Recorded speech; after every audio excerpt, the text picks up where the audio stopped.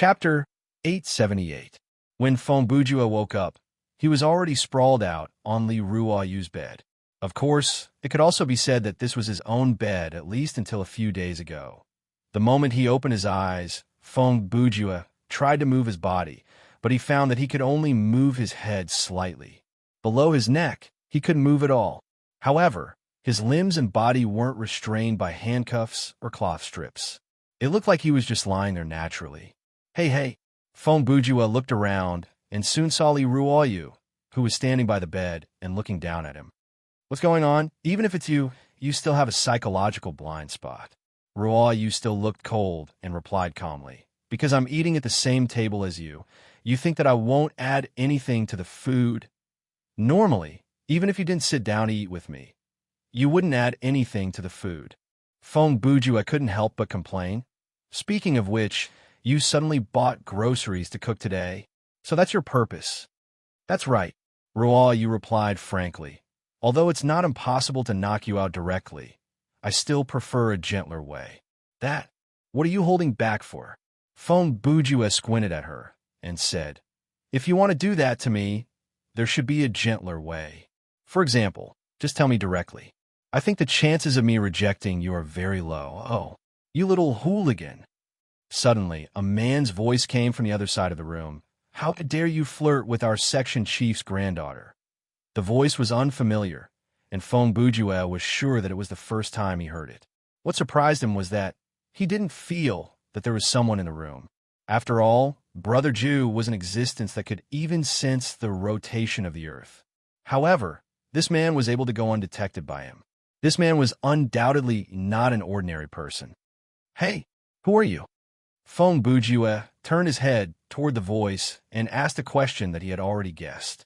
In fact, when the other party said the word section chief, he had guessed that this was a member of the 9 sections. However, he still asked, wanting to hear the other party's self-introduction. I'm the deputy chief of the 9th Division. The man replied in a tone that was neither servile nor overbearing. My surname is Chi, and my given name is Ji. While Chi Ji was speaking, Fongbujua quickly sized him up. He was a handsome man in his 30s, and his hair was neatly combed. He wore a long-sleeved t-shirt and leather trousers, and his whole body exuded the aura of a family man. It was worth mentioning that Chi Ji was currently sitting on a chair, and Arthas was actually crawling on his knees. The former was even stroking the latter's fur. Hey, the guy who eats me, stays me, and claims that he's here to protect me. Yes, it's you. Fongbujua and Arthas looked at each other and shouted, I'm already lying here. What are you doing? Meow. Arthas stretched its neck comfortably and replied lazily, what's there to be surprised about? Isn't my comfortable state the best proof that these two people are not a threat to you? Fongbujua was speechless. All right, Fongbujua, don't make a fuss over there, Chi Ji continued. I'm a man in my 70s or 80s. It's not easy for me to come out and do field work at this time of the day, right? Just take it that you're being considerate, and let me finish my work early so that I can go back for dinner. Let me tell you, my wife hates to heat up food repeatedly. She'll kill someone if she heats up food more than twice. Whoa, another one? Fongbujua couldn't help but think of Chief Gu. He also looked like he was 30 years old, but he claimed to be 76. You guys from 9 subjects are pretty good at maintaining your health. This is called hyper-spirit body. Chi Ji's answer was exactly the same as Gu Chen's. It has nothing to do with maintaining your health. Ruoyu also added, Grandpa Chi Ji and my granduncle are of the same generation. He's indeed over 70 years old. All right, whatever. Fongbujua immediately asked, you guys used medicine to numb me and used a formation to pin me to the bed. What are you guys planning to do? Of course, we're going to deal with the mutation that happened to your body, Chi Ji replied. Deal with? Fongbujua narrowed his eyes and repeated the word. He then said, how do we deal with it? Who's going to deal with it? Before the other party could answer, he quickly continued, I'll say this first. No matter what kind of deal you're talking about, if possible, I still hope that Ruoyu will do it. Huh. Chi Ji laughed. He looked at Brother Jew, then at Ruoyu, then back at Brother Jew. I'm sorry, This girl's skills aren't good enough. I have to do it. Oh, Feng Bujue responded. He put on a hopeless expression and turned his head away. Excuse me, please knock me out first. First, if we can deal with it while you're unconscious, then we won't have to wake you up. Qi Ji replied. Second, can you not always bring this topic into a perverted atmosphere? Forget it. Grandpa Qi Ji, he's just like that. Ruo Yu held her forehead and shook her head. Just do it, ignore him. Look, even Ruo Yu feels embarrassed for you. Qi Ji said as he gently put Arthas down. He stood up and walked to the bedside. Wait. Feng Bujue saw the other party approaching and his whole body tensed up. Before we do it, can you explain the cause and effect of this matter, and what exactly are you going to do? Sure. Qi Ji replied in a very casual tone. This afternoon, our Miss Yu rushed to the headquarters of the 9th Division in a hurry. She went straight to the section chief's office and reported your situation to her granduncle, who is our section chief. I'm not in a hurry, Ruo Yu muttered at the side. However, Qi Ji ignored her and continued. As for our section chief, he's busy with official business and has a lot of excuses. He's shameless. So, he came up with the idea of drugging and sent me here. He raised his hands and made a gesture of quotation marks. To act according to circumstances. To see the base and get wet. Feng Bujue muttered. This instruction is really... I've just looked at your situation and asked for Arthas' opinion. Qi Ji ignored Brother Ju's complaints and continued. Basically, it can be confirmed that some kind of high-level creature used its power to release the potential in your body. So, this is a good thing? Feng Bujue wondered. Probably. When Qi Ji replied, there was a slight change in his expression. Hey, probably? Feng Bujue had a bad feeling when he heard this word. Before today, anyone whose spiritual sense has reached a certain level of cultivation will be able to tell that your root bone is abnormal. Ruo Yu continued, but now, even I can't tell what your bone structure is like. Qi Ji continued, I've never encountered such a situation in a human, even if it's a demon or a ghost. I can tell what's real and what's not, but I can't understand. How can you not understand? Tell me, I'll help you analyze it. Feng Bujue was very concerned about his own body. Let me give you a more vivid example. Qi Ji thought for a few seconds and replied, if a human is compared to a bottle of water, then the bone structure determines the shape of the bottle, and the talent determines the capacity limit of the bottle and the accumulation speed of the water. As for how much water is in the bottle, that's how powerful you are. It depends on your specific cultivation. He paused for a moment. Take Ruo Yu as an example. She belongs to the type with excellent bone structure and high talent. However, she's not a professional ghost hunter, and she hasn't received harsh training since she was young. It's just that her grandparents would sometimes give her some pointers. So, we can think of it as a regular, huge bottle with only a little bit of water in it. When Qi Ji was explaining, Ruo Yu looked like she was listening attentively. It seemed that she was also very interested in Brother Ju's matter. And you, Feng Bujue. 2 seconds later, Qi Ji crossed his arms in front of his chest and frowned slightly. At first, I heard that your bone structure is not normal, but your talent is not bad. In other words, your shape is not regular, but your capacity is not bad. But now, based on my observation, you're no longer a bottle of water. If I'm not water, am I soy sauce? Feng Bujue added. Hey, you're right. Unexpectedly, Qi Ji nodded and replied, to be exact, you're not a bottle of soy sauce, but a lump of sauce that's so thick that it's almost solid. Anyway, you're not a normal person. Feng Bujue said again. No. Qi Ji waved his hand. This is not a question of whether you're normal or not. He paused for half a second. You're not human. Yes, I'm soy sauce. Brother Ju said self-deprecatingly and rolled his eyes. Huh, Qi Ji chuckled. Forget it. When your cultivation is high enough, you'll understand some things without me explaining. Who knows, you might even be able to answer some of my questions. As he spoke, he rolled up his sleeves. Then now, I'll pass on 10 years' worth of skills to you to solve your urgent problem. Is there such a good thing? Feng Bujue was happy at first, but then he became suspicious. Wait, What do you mean by urgent problem?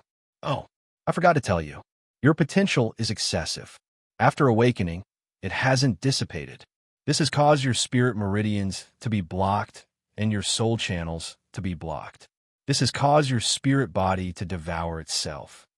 Chi replied, if you hadn't cultivated the hidden armor heavenly book and accumulated some spiritual power within half a day, this power would have exhausted your physical strength and started to devour your life. Holy shit. Feng Bujue wasn't afraid, but when he heard this, he couldn't stay calm. Thank goodness. Chi glanced at Ruoyu. This girl reported it in time. She called me over on the same day. If it had been a day or two, you might have died from the power in your body. At this point, Chi seemed to have thought of something.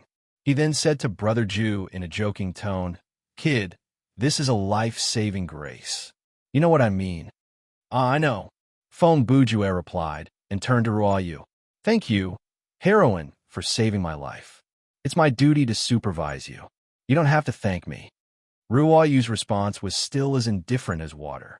But before they finished speaking, Chi had already reached out and flicked Brother Ju's forehead. Aya! Brother Ju cried out in pain and immediately glared at Chi. Hey, what are you doing? He saved your life. Are you going to just say thank you? Chi asked in a strange tone. Oh, hearing this, Feng Bujue's expression changed. He could faintly feel that this vice section chief wanted to help him. Senior means, before Chi could answer, Ruoyu's sharp gaze and words had already cut in. Vice section chief Chi, you seem to be talking too much outside of official business. Damn, what a scary gaze. Chi didn't dare to speak after being glared at by a junior who was 50 years younger than him. He was still complaining in his heart, and he suddenly changed the way he addressed me. In the end, what does this have to do with me? That wretched Gu Chun told me to find an opportunity to help, but he was actually plotting against me. Or maybe that old bastard misunderstood. After a series of internal monologues, Chi cleared his throat and changed the topic. All right, back to the main topic. He looked at Feng Bujue with a serious expression. In short, I can't just ignore you. My 10 years of cultivation is like a large amount of high-quality water. It can dilute your soy sauce into a normal soy sauce. But this process will take time. Hence, for at least the next 3 months, please do not engage in any psionic ability cultivation. After 3 months, we'll decide again, depending on the situation. I see, Feng Bujue said. I understand.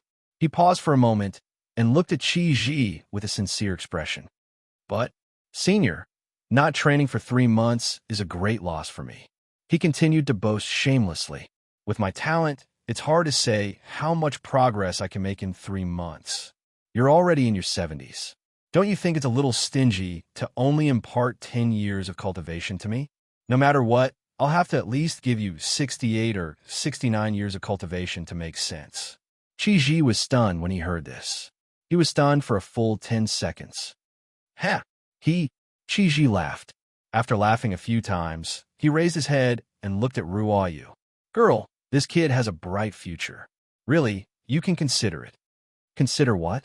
Ruoyu asked. Looking at her expression, it didn't seem like she was acting dumb. She really didn't know what he meant. Chi looked at her reaction and immediately looked at Feng Bujue. You kid, is there something you haven't told her? Whoa, you can even tell that. Brother Ju gasped. Oh, although Feng Bujue didn't answer the question directly, Chi seemed to have understood something. I think I know what that Gu guy means. He thought to himself, it's not up to me to care about this, and I don't need to care about it. Several seconds later, Chi became serious again. Feng Bujue, do you know what it means to have 10 years of my power? When he asked that question, he purposely emphasized the word my. Feng Bujue felt like there was a trap in this question. He didn't immediately answer. I'll let you know, Chi said as he pressed his hand on Brother Ju's head. It won't hurt, right, Senior? Feng Bujue asked. It won't hurt, Chi replied immediately. That's good. Brother Ju calmed down a little. But it'll be very painful. Chi took a second to finish his sentence. Hey, Feng Bujue was furious. What's the difference? There is. Chi-Ji's answer was classic. The pain can be tolerated. So the pain has reached the point where it can't be tolerated? Feng Bujue asked again. Why else would I use an array to hold your body in place? Chi-Ji continued. By the way, imparting spiritual power and injecting spiritual power are two different concepts.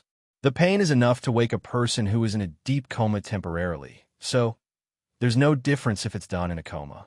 Can you describe the specific feeling? Feng Bujue broke out in cold sweat.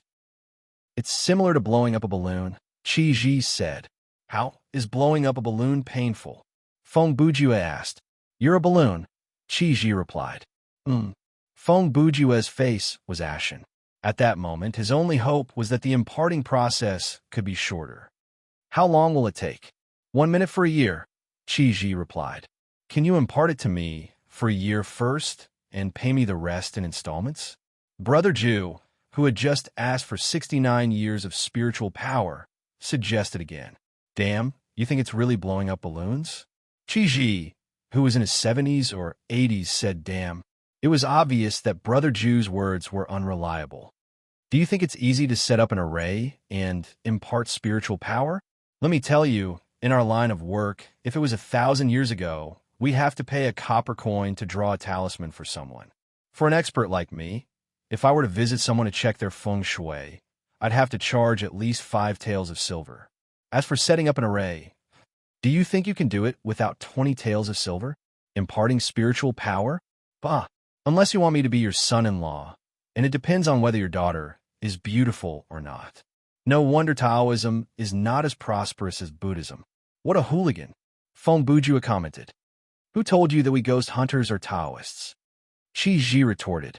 Then we are, Feng Bujue asked tentatively. All right, don't we? Are you trying to get information from me? Do you think I can't tell? Chi-Ji was not senile. Stop nagging, hold it for me. After he finished speaking, his right palm came down and covered Feng Bujue's forehead. In the next second, Brother Ju felt a surge of spiritual power pouring down from the top of his head. This was indeed not physical pain.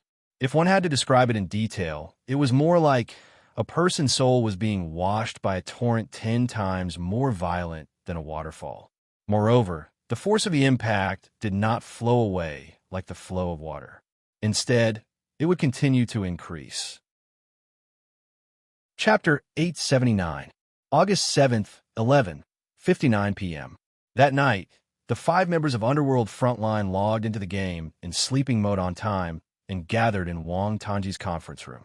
When the clock hit midnight, the interface on the long table in the conference room automatically refreshed and a new item was added.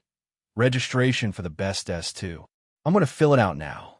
As the team leader, Feng Bujue was naturally the one to fill out the registration form. Yes, we're all watching, Ruoyu added. If there's a weird name, we won't click confirm, Huajian added.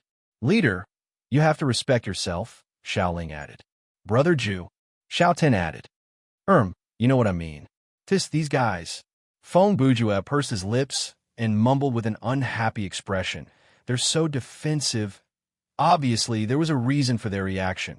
After going online that day, everyone waited in the conference room for the registration process to begin.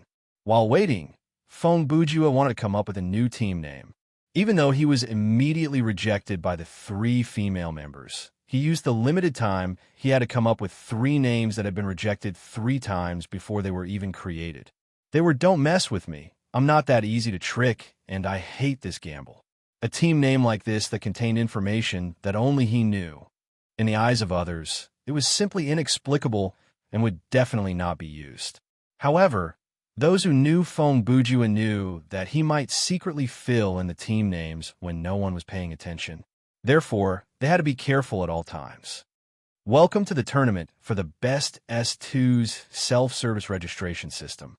Before you register, please confirm that you're in the same team as the other 4 members.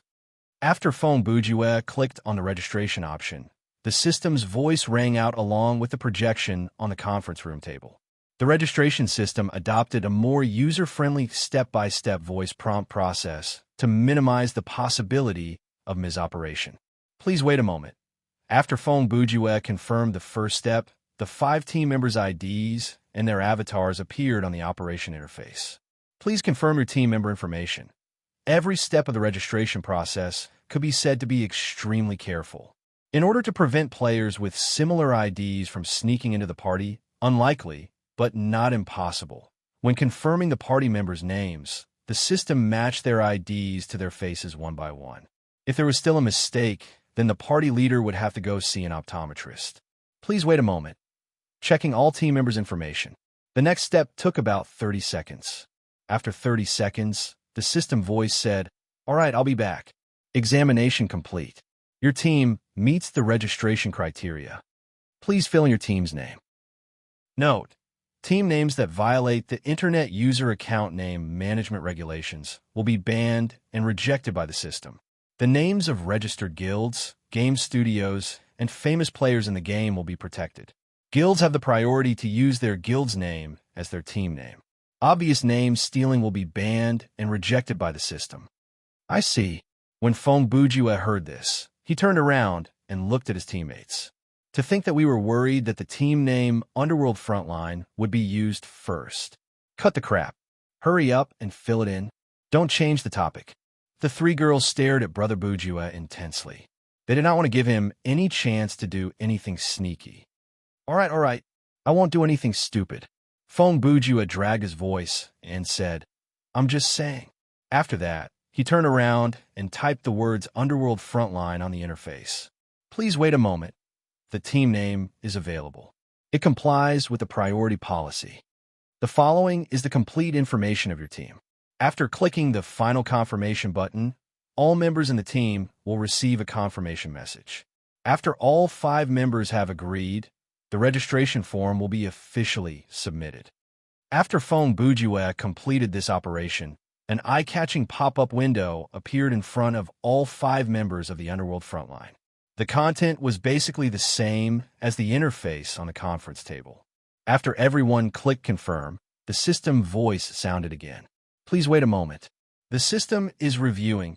This time, the wait was longer. After about 2 minutes, the interface on the conference table jumped automatically. Registration successful. I wish you all the best in the tournament for the best S2. After this voice message, the entire process was considered to be over. As for other matters such as changing members and quitting the team, the Underworld Frontline members did not need to worry about them. All they needed to do was wait for another 48 hours. When the tournament for the best S2 practice mode, see Chapter 728 for the practice mode, was activated, they would be able to enter and practice. As the saying goes, books are long and books are short. 2 days of time had passed by just like that with 11 words. Underworld Frontline, who had successfully registered, finally had their first practice match. It was also midnight, and they were all in sleeping mode. After the 5 of them formed the team, they returned to their respective login lobbies. Not long after that, Fong Bujua's voice appeared in the team communicator. Then, as we agreed earlier, I will be the substitute. Sure, no problem. Let's do it. I can't wait. His teammates rubbed their palms together, eager to give it a try. This was everyone's first time participating in a 4v4 team battle. Combined with the atmosphere of this competition, it was normal for them to be excited. With regards to Fong Bujua, he was quite calm. After all, he was a substitute. Of course, being a substitute did not mean that he would not do anything. In this mode, the 5th substitute would enter the scenario as a spectator. The spectators could watch the battle from behind their teammates with a view similar to the back spirit. They could also switch between their teammates at any time. As long as a teammate was still alive, the spectators could instantly appear behind them and share their view. This way, even though the substitute would not participate in the battle personally, he would be able to gain the most information from the battle. In fact, in the later matches, some teams would use a strategist similar to a coach to guide them. These people would be the substitutes for each match, and after each match, they would guide the other 4 members based on the information they gained from observing the whole situation. But that is a story for another time. Let's not talk about it here. Let's take a look at the first external practice match for the Underworld Frontline. Chapter 880. Fong Bujua, Level 50, Rain Like Rain. Level 47, Laughing Soul. Level 46, Wong Tanji. Level 46, Flower on the Rock. Level 40, please select the game mode that your team would like to join. You have selected tournament for the best S2 practice mode. Please confirm. Confirmed. Please select the spectator for this match. At that point, a side menu appeared on the screen. On it were the IDs of the 5 team members. Fong Bujue clicked on his own name. Confirmed. Please set up the privacy protection option for your team. This privacy protection option allowed the team leader to choose, do you want to blur out the appearance of your team members, and do you want to reveal your team name to the enemy team? Obviously, the existence of these two options was extremely necessary. As mentioned earlier, S2 was not only a battle between teams, it was also a battle of information. Before the official match, the more information about a team was leaked, the more disadvantageous it would be for them during the match. Therefore, when your team name and the appearance of your team members were exposed, you were already in danger. Don't think that you can let your guard down just because it's a practice battle. What if after the battle, your opponent directly exposed you on the forum, saying things like, what skills do you need to be wary of, or what weaknesses do you need to target? What would you do then? Even if they didn't do so for the time being, at some point in the future, for example, after your team entered the final circle, those teams that had fought against you before might jump out and say, hey, this team has already entered the final circle. Our team has fought them before. At the time, we did not lose that much. We still remember who in their team, and so. Encountering something like that, wouldn't you feel like crying? Of course, if your team wasn't competing for any ranking and was just a group of casual players for fun, then it didn't matter. So be it. Basically, you would not have the chance to be studied. But if your team was so strong that even if your team had a large amount of information, you could still win, then there was no need to hide. For example, Order, Brahmin, Pugilistic World, Red Cherry, and other first-tier societies did not use the privacy protection function. They had at least 2 good reasons to do so. Firstly, to a gaming studio, increasing their fame and influence was extremely important, even more important than the competition itself. Secondly, their name could bring a kind of deterrence to the other party. Normal non-professional or even semi-professional players would feel an invisible psychological pressure when they saw these famous team names. As for the underworld frontline, with Fong Bujue's wretchedness, oh no, Wit, with Brother Jew's Wit as their captain, how could they possibly leak any information? In fact, all the way until the end of the S2 preliminaries, the last few rounds of the preliminaries would remove the privacy protection function. When the true face of Underworld Frontline was finally revealed, no one had any impression of them.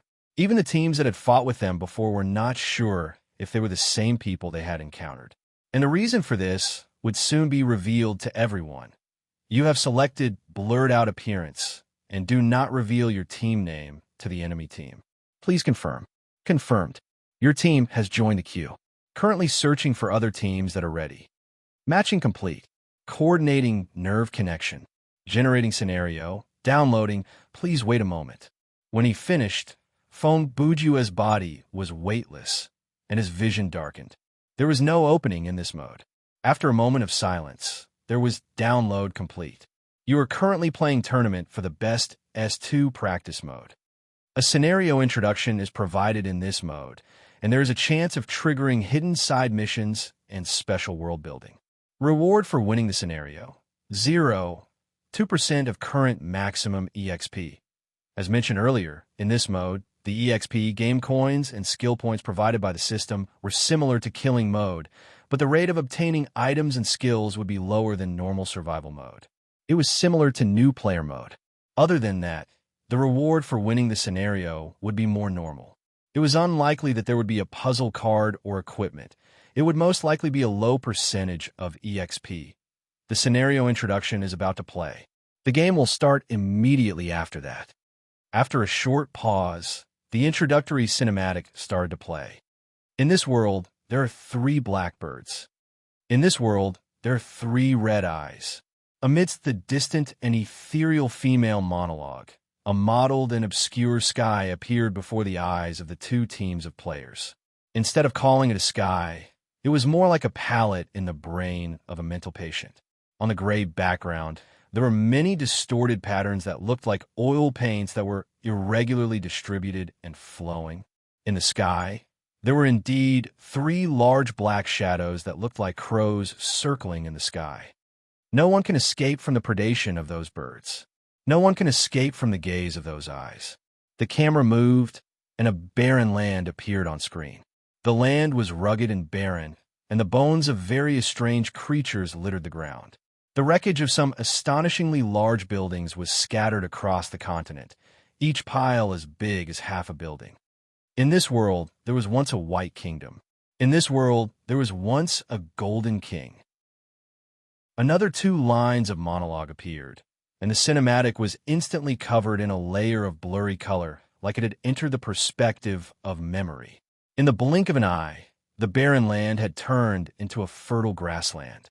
The wreckage of the buildings had turned into magnificent temples and statues. Even the grotesque sky had become pleasing to the eye after being covered with warm colors. How prosperous that kingdom was, and how extraordinary that king was. At that moment, many men, women, and children in ancient Greek costumes appeared on screen. They were either walking, riding on carriages pulled by strange creatures that looked like camels but had horns on their heads and were twice the size and width of a camel, or they were floating in the air. Around the large buildings, there were roads and markets. There was an endless stream of people, and it looked very lively. Until one day, the king saw that goddess. The next second, the camera turned to focus on a temple at the peak of a tall mountain. The size of the temple made it feel like it was the size of a city. Just the door was 20 meters tall. All the buildings were made of white, flat boulders that seemed to have no traces of carving. It was a work of God and did not look like something out of this world. After a short pause, a graceful figure leisurely walked out of the gate of the temple. Then, the camera zoomed in, and the figure gradually became clearer. It was undoubtedly a beautiful woman. Just by looking at her figure and gait from a distance, it was enough to make people's imagination run wild. Up close, it was even more mesmerizing. She had long, golden, wavy hair and a pair of bright, lake-like eyes. Her tall nose showed a beautiful curve, and her plump lips revealed a fatal temptation. Under her blue veil, there was a sexy, sexy body. The breathtaking curves were on the verge of being revealed, and those who saw it could no longer erase it from their minds. The beauty of the goddess ignited the desire and madness in the king's heart. He desperately wanted to possess her. The camera turned again, and a man appeared in the scene. He looked to be about 40 years old. He wore a gorgeous golden armor with a red cloak on his shoulders. He was tall and stalwart, and his face was handsome and charming. Objectively speaking, he was indeed a mature and handsome man. Whether it was his appearance or his temperament, he was extraordinary and outstanding. However, after seeing that goddess, he gave people the feeling that he was ultimately immortal. He came to the goddess and promised to give her the throne of the queen. The goddess calmly rejected him. He came to the goddess again and promised to give her the wealth of the entire kingdom. The goddess disdained him. He came to the goddess for the 3rd time and wanted to give her the throne of the queen. The goddess snorted. Finally, he was angry. He started a war and wanted to use force to take what he wanted. Next, the cinematic changed to a war scene. There were fully armed and brave soldiers, orderly wizard battle groups, siege beasts, giant cannons, and even giants. All of them were valiantly rushing to the temple. However, when the camera turned again, the war was over. How could the army of mortals compete with the power of the gods? The blasphemy and challenge of the gods led the king to the path of destruction. The White Kingdom became a barren and scorched land. The Golden King became a pile of white bones by the roadside. At this moment, the scene had unknowingly returned to the beginning of the cinematics. 3 huge crows were circling in the sky, and only the ruins and bones of the dead were left on the ground. Before the king died, the goddess came to him. "You were a great king, but you lost to the desires of mortals in the end." The greatness of mortals will eventually be buried by time and return to the earth. However, the beauty of the goddess will exist forever, and no one can touch her. This is the final declaration and the indisputable truth. But the king was still unwilling. Before he died, he left behind a curse. What I can't have, no one can have. The words came to an abrupt end here. That ethereal monologue became impassioned at the end, but it ended at the most crucial part. Then, the fourth member of the underworld frontline appeared beside the wreckage of a building. The system voice immediately sounded. Main quest has been triggered. Chapter 881. Kill 4 members of the Fruit of Corn team. The content of the main quest could be said to be concise. Since the leader of the opposing team did not choose to protect their privacy, the name of the team was revealed in the main quest of Underworld Frontline. In contrast, the main quest that they received was kill 4 members of the opposing team, but it did not mention the name of Underworld Frontline. I really can't see anything. After opening the game menu, the first thing that Xiaotan noticed was that the team tab in this mode was different from a normal killing game. The official website stated that in this mode, when the player opened the game menu, they would only be able to see the IGN, level, and life status of their teammates. The information of the enemy team would not be shown. Compared to the setting of killing game, where the player could see the enemy's ID and life status from the start, this new rule in S2 added many uncertainties to the competition. After all, the skills in Thriller Paradise were ever-changing. Before the opponent's body dissolved into white light, anything could happen. Therefore, the last hit had become a very important habit in this mode. "You're right, you can't see anything," Hannah said. "I say." Xiaoling narrowed her eyes and looked at Xiaotan. "Haven't you read the thread on the official website in detail?" "I've read it," Xiaotan replied weakly. "I said read it in detail." Xiaoling raised her hand to make quotation marks. "Fine. I only read through the thread on the official website, and I didn't memorize all the details." Xiaotan replied in a tone that sounded like he was admitting his mistake. Actually, he did not need to do that, because his action was very normal. Most players wouldn't bother to memorize all the rules, settings, and other information in detail. In fact, there were not that many people who would read through the thread. Most people would focus on the content that they were interested in and skim through the rest. Unfortunately, Xiaotan was not in a normal team, and his teammates did not belong to the majority of players. The few in Underworld Frontline were the type who had memorized the rules of the competition in detail in their minds. Therefore, Xiaotan's action, which appeared normal to outsiders, looked like he was slacking off. "Oh well, I'll go get some rest after this," Xiaoling said as she raised her head to smile at Xiaotan. She even raised her hand to ruffle the latter's hair. No matter how one looked at it, it felt like they were training a pet. Xiaotan accepted the man's action with a smile. These two, they're openly showing off their affection for each other. Brother Ju, who was watching, could not help but grumble when he saw this. Of course, Feng Bujue's words could not be heard by the other players inside the scenario. At that moment, Brother Ju did not have a physical body. To put it simply, the system did not create a physical body for him. Therefore, he maintained a first-person perspective. It was the same situation as when he watched the opening cinematic. He could watch, listen, and even complain, only he could hear, but he could not influence the people or objects in the scenario. Speaking of which, this spectator perspective feels similar to the perspective of the dead in CS, Counter-Strike, a shooting game series developed by Valve. Feng Bujue continued. But in Counter-Strike, the dead observation perspective can be used in many ways, but this spectator can only switch back and forth between his teammates. Even though Brother Ju thought that this restriction was rather inconvenient, he could understand the developer's intention. Obviously, switching between full view was not that difficult from a technical point of view. There had to be a reason why the game rules would limit the freedom of the spectator's perspective.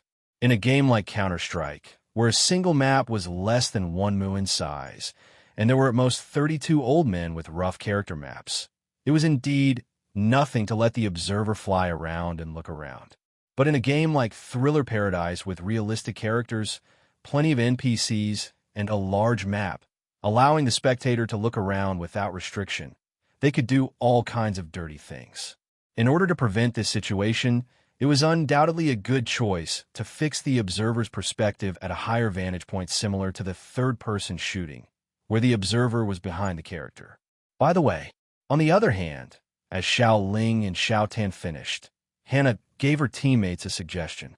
Let's use the revival effect of the staff of Asclepius first. The third special effect of her legendary weapon, the immortal power, could only be used once in every scenario, and there was no duration limit. Therefore, it could be used on someone from the start of the scenario. Spirity pursed her lips and said thoughtfully, generally speaking, special effects like saving an extra life in advance should be used on the strongest person. So, at this point, her eyes moved to Ruo Yu. Xiao Tan and Hannah Jin turned to look at the latter in unison. It looked like everyone had agreed on who was the strongest person in the team. Then let's use it. Ruo Yu did not reject the suggestion. When Feng Bujue was not there, Ruo Yu had to take over the role of team leader. She was a person with a strong sense of responsibility. When she took on the role of team leader, be it strategy or actual action, she would be affected by this responsibility. It was more or less binding on her own hands and feet. With the guarantee of resurrection, she could do whatever she wanted. Therefore, Hannah Jin soon used the special effect of the immortal power on Ruo Yu. After that, the team started to discuss the next battle strategy. Since Brother Bujue was not there, the task of analyzing the scenario fell to Xiao Ling.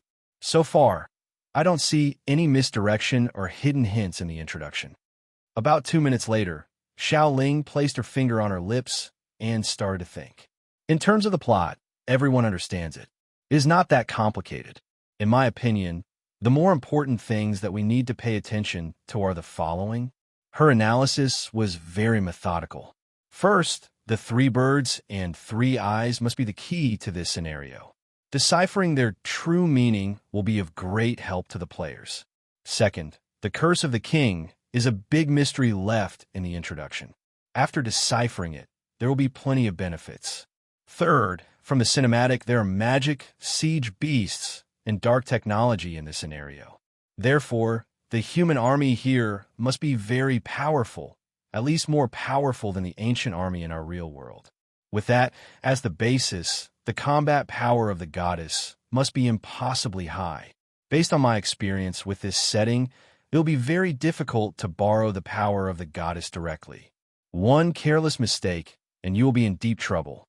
Furthermore, as the stronger party, we do not need to borrow the power of the NPCs. Therefore, I suggest we don't try that. How do we become the stronger party? Xiao Tan asked with confusion. Idiot. Xiao Ling knocked on his head. At the very least, you are an expert who made it into the top 50 in tournament for the best S1. Compared to the average casual players, you are equivalent to 1. 5 people, right? She then pointed at Ruo Yu. My cousin is stronger than you, and she has 2 lives, so it shouldn't be a problem for her to be 3. 5 people, right? Hua Jian added. If that is the case, our combat power is at least 7, for... Hey, Xiao Tan mumbled. We haven't even met the enemy, and we're already defining them as average casual players. Do you think a team named Fruit of the Corn that doesn't even have any privacy protection would be a professional team? Xiao Ling asked. Xiaodan did not know how to refute that.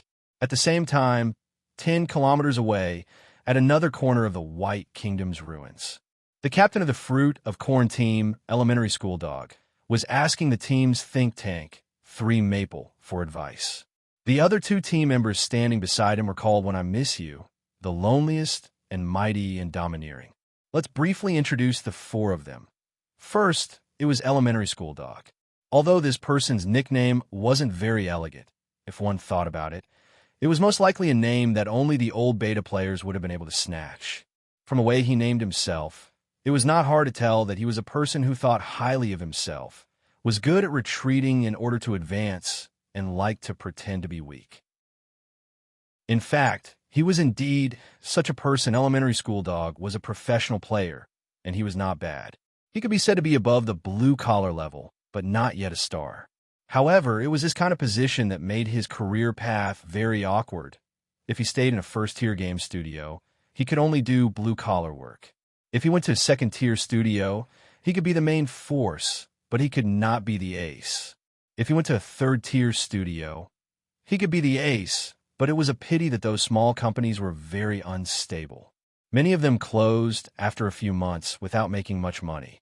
Moreover, their income might not be as high as the blue-collar players in the first-tier studio, and they would not be famous. All in all, elementary school dog was at the level of chicken head and phoenix tail. When facing ordinary players, he was usually very confident and felt superior. However, when facing the top players, he could feel the difference in strength, and soon he would feel powerless. In terms of appearance, Brother Dog was very simple, which was quite in line with his character of pretending to be weak. He had an unadorned appearance, short hair, and a well-proportioned body. He was wearing a very practical assault soldier uniform. It had many pockets, was convenient for movement, and was not bad at both heat and cold resistance. For this competition, Brother Dog found 3 non-professional players that he thought were quite strong to form a team. The spectator was his friend, a pure casual player who was there to make up the numbers. The goal was not very high, to get into the top 100 of the preliminaries. He was very clear that the team would not be able to reach a higher goal. Whether or not they could get into the top 100 of the preliminaries depended on luck. Let's look at the second person, Flowing 3 Maple. This was a teammate that elementary school dog had high hopes for, and he was also the first teammate that he invited. Flowing 3 Maple was an old player who had created his account during the closed beta. Although he was not a professional player, he was a rare player who was good at both martial arts and literature. He felt like he was similar to Pikachu. Oh no! Autumn Gale's style was a bit similar to Pikachu's, but Autumn Gale's strength was stronger than his in all aspects. In terms of appearance, Flowing 3 Maple's style was the complete opposite of Brother Dog's. He had adjusted his appearance in the game to very handsome. He had shoulder-length hair, a slender body, and wore a tight black and gold suit that showed off his figure. Then there was the third person, Loneliest When I Miss You. There were probably people who still remember this nickname. That's right, he was one of the high school couple that Feng Bujue and Wang Tanji met during the first team survival mode. At that time, the girl with him was called Loneliest When I Miss You. Without a doubt, he was also a closed beta player. In terms of strength, he was very strong now. Why did he say now? Because more than a month ago, he broke up with his girlfriend. That was a rainy day. At the bus station after school, Loneliest When I Miss You used the excuse that my parents said that it would affect my studies to break off contact with Brother Lonely. When the words break up left her mouth, there was a sudden clap of thunder in the sky. It was as if something in Brother Lonely's chest had shattered. At that moment, the electronic billboard across the street suddenly played the melody of All Out of Love. I'm all out of love. What am I without you? I can't be too late to say that I was so wrong. Well, the actual situation might not be that dramatic, but it seemed to be the case in his memory. In short, his girlfriend never spoke to him again. Even if they occasionally passed each other in school, she would turn a blind eye to him. Even her game account was deleted. In a sense, from that moment on, Brother Lonely's nickname became a form of sarcasm, and it lived up to its name, but things like falling out of love have 2 sides. Brother Lonely, who was disappointed in love, immediately put all his energy into the game world. He used the time that he would have spent on eating, shopping, and watching movies to play the game. He used the money that he would have spent on eating, shopping, and watching movies to play the game. He used the time that he would have spent on his girlfriend to play the game. Brother Lonely used the game to divert his attention and slowly healed the pain in his heart, and without knowing it, he became a very powerful player. He had known elementary school dog for some time already. The fact that Brother Dog chose him as his teammate was a reflection of his ability. Finally, there was the fourth member, Overbearing. He was the only non-closed beta player in Fruit of Corn's team. He had not been in Thriller Paradise for that long. When tournament for the best S1 entered the final stage, he had just joined the game. From the underscore in his name, one could see that for players who applied for an account at that time, it was already difficult for them to come up with an unused, non-hyphenated nickname. After the V1 10 update, the officials had loosened the limit of nicknames. Now, players in Thriller Paradise could use a maximum of 18 hyphenated names, and they could include 1 or 2 special hyphenated names. As for Brother Mighty's appearance, he was indeed very handsome. His thick brows, large eyes, and square face. If placed in a movie from the 80s or 90s, he would have been a good character. Betrayal was something that only small-eyed baldies would do. Even if someone with thick brows and large eyes was in the enemy's camp, they would be part of the underground gang. In terms of ability, Brother Mighty was quite strong. As a casual player, to be able to rush from level 1 to 42 in just 2 months, other than the fact that he had money and time, his personal ability was not to be underestimated. Of course, this had to do with the current gaming environment. After all, the server had been open for so long, and there were many leveling strategies on the forums. Furthermore, there were many gaming studios that had leveling up teams, which allowed new players to level up easily. Take another player, Weary Dream, who used to be Zombie Blade King, as an example. It took him less than a month to level up from level 1 to 34, see Chapter 582. Now, he was approaching level 50. Therefore, in this version, the difficulty of leveling up was much lower than in the exploration era. As long as they made full use of their daily gaming time, read more strategies, prepared the double EXP card, and weren't too weak, even casual players could level up to level 40 in 2 months. These were the 4 members of the Corn team. As for the overall strength of the team, compared to a team made up of casual players with average strength, they were indeed stronger. However, if they really met a professional team, they wouldn't be able to beat them.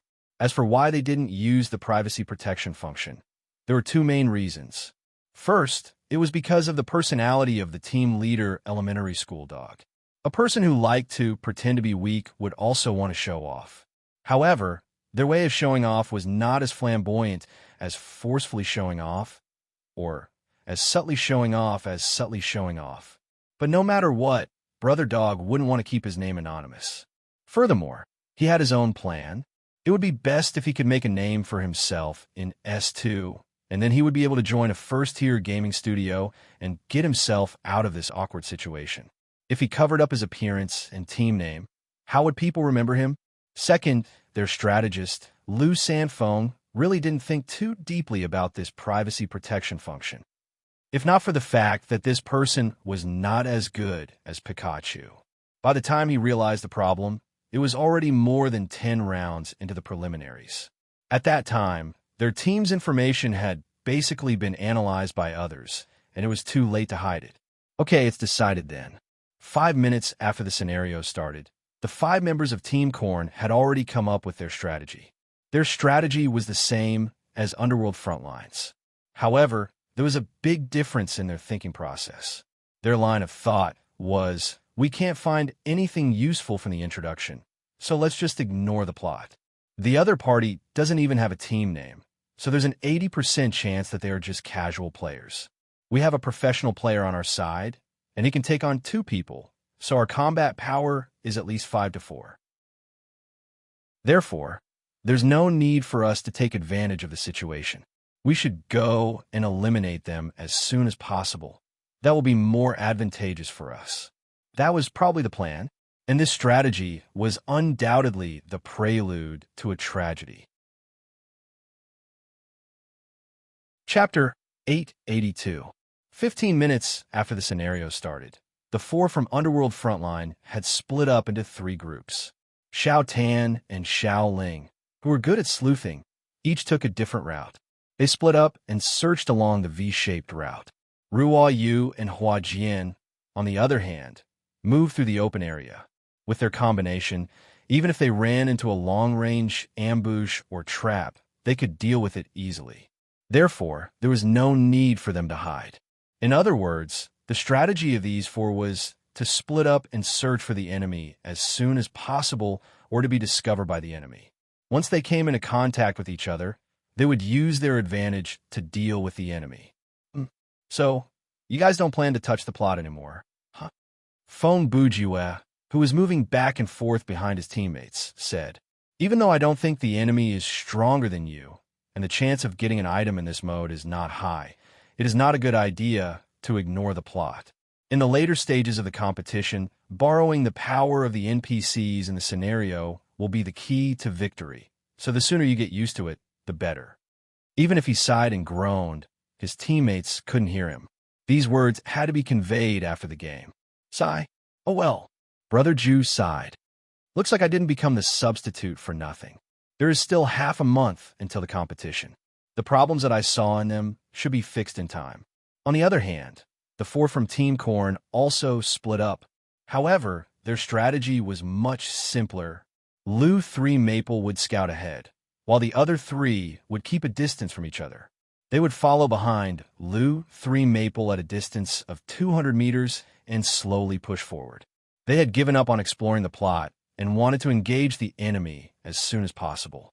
But there was a problem. Since both teams had ignored the plot, how were they going to meet each other? After all, this White Kingdom was huge. From the size of the buildings, it was not hard to tell the size of the country.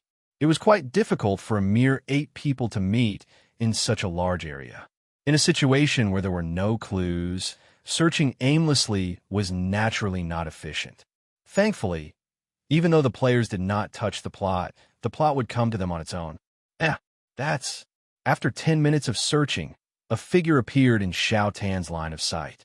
At that moment, Brother Jew's perspective also moved behind him, and he saw the shadow that was far away at the same time.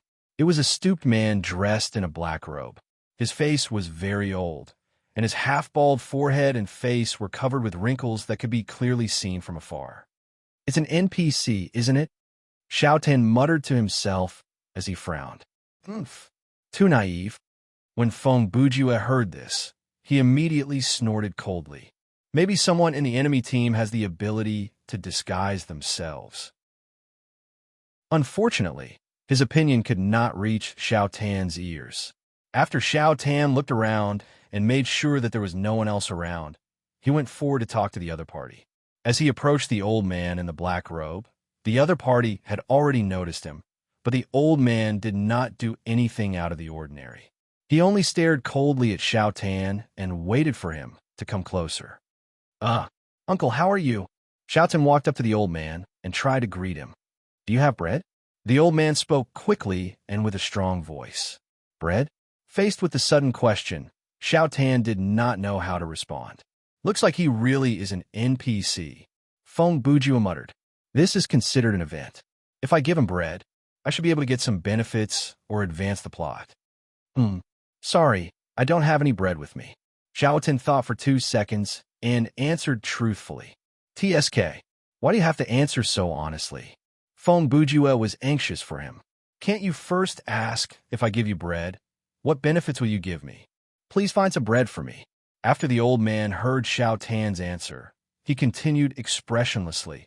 If you give me bread, I will repay you. Hurry up and ask him, how will he repay you? Feng Bujue's first reaction was, is he going to give me something or information? Oh, okay, then I'll go look for it. Xiao Tan's first reaction was, don't wander off. I'll bring it to you when I find it. You're his grandson. Feng Bujue complained fiercely.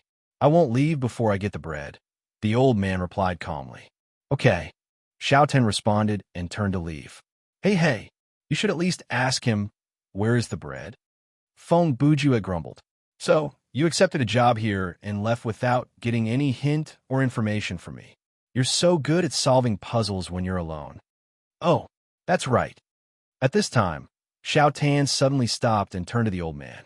Almost forgot to ask you. Phew. Okay, looks like you're not hopeless.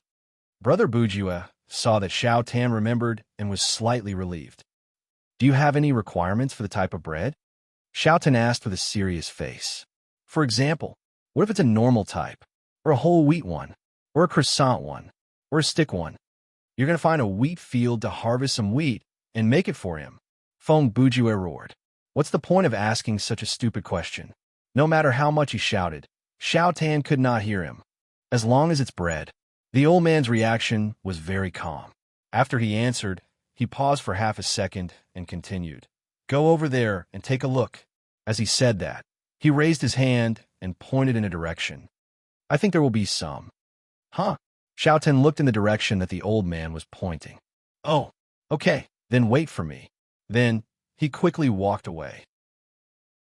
Oh my god, if Feng Bujue had a body, he would be holding his forehead and shaking his head. Luckily, this NPC gave him a hint, or else this kid would have no idea where to find it. At the same time, in another part of the ruins, the Corn team's pathfinder, Lu Sanfeng, also saw an old man in a black robe. This NPC's appearance was the same as the one that appeared in front of Xiaotan. He was also bent over and stood there in a daze. After Lu Sanfeng saw this, he was very cautious and waited for a moment. After confirming that there was no one around, his teammates also caught up. Therefore, the four of them came together to the NPC's side. "Uncle, are you okay?"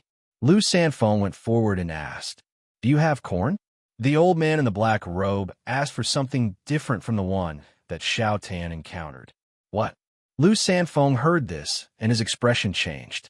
He immediately jumped back and shouted, "Be careful, it's a trap." Hearing this, his teammates tensed up. The four of them stood in a battle formation with their backs against each other, and were on high alert. Some of them might be wondering why Lu Sanfeng felt that there was a trap. Lu Sanfeng's thought process went like this. The old man mentioned corn out of nowhere. Our team name is Corn Fruit. The old man knows our team name. The NPC shouldn't know our team name. The old man is a member of the enemy team in disguise or a summoned creature. This is a trap. That's all there is to it. You're really good at pretending. Lu Sanfeng said confidently to the old man. You even mentioned corn. Are you mocking us for falling into a trap? The old man looked at him coldly and did not answer his question. Please help me find some corn. If you give me corn, Before the old man finished his sentence, Lu Sanfeng shouted and used a skill on him. Name, Seeking Spear Break, skill card type. Active, permanent, skill type, sorcery, effect, create a shockwave like a spear and shatter the opponent. Consumption, 50 mana points. Learning requirement, sorcery mastery B, remark, an offensive magic that borrows the power of the Sea King Dalfi. It does not require water to use. The instant the demon ability pulsed, the expression on the dark-skinned old man's face changed slightly. At that moment, the old man raised his hand and opened his 5 fingers. A layer of black barrier appeared in front of him.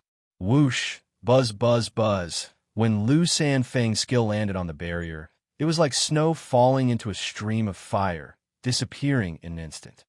This guy is really an enemy. Seeing this, Brother Weiwu said. It was unknown how he came to this conclusion, but he believed it himself. So, he took a step and circled behind the old man, ready to attack with his teammates. But the next second, the old man's body moved and turned into a black light that shot into the sky. He was so fast that the 4 members of Team Corn could not react in time. When they came back to their senses and raised their heads, they saw a huge crow appear in the sky.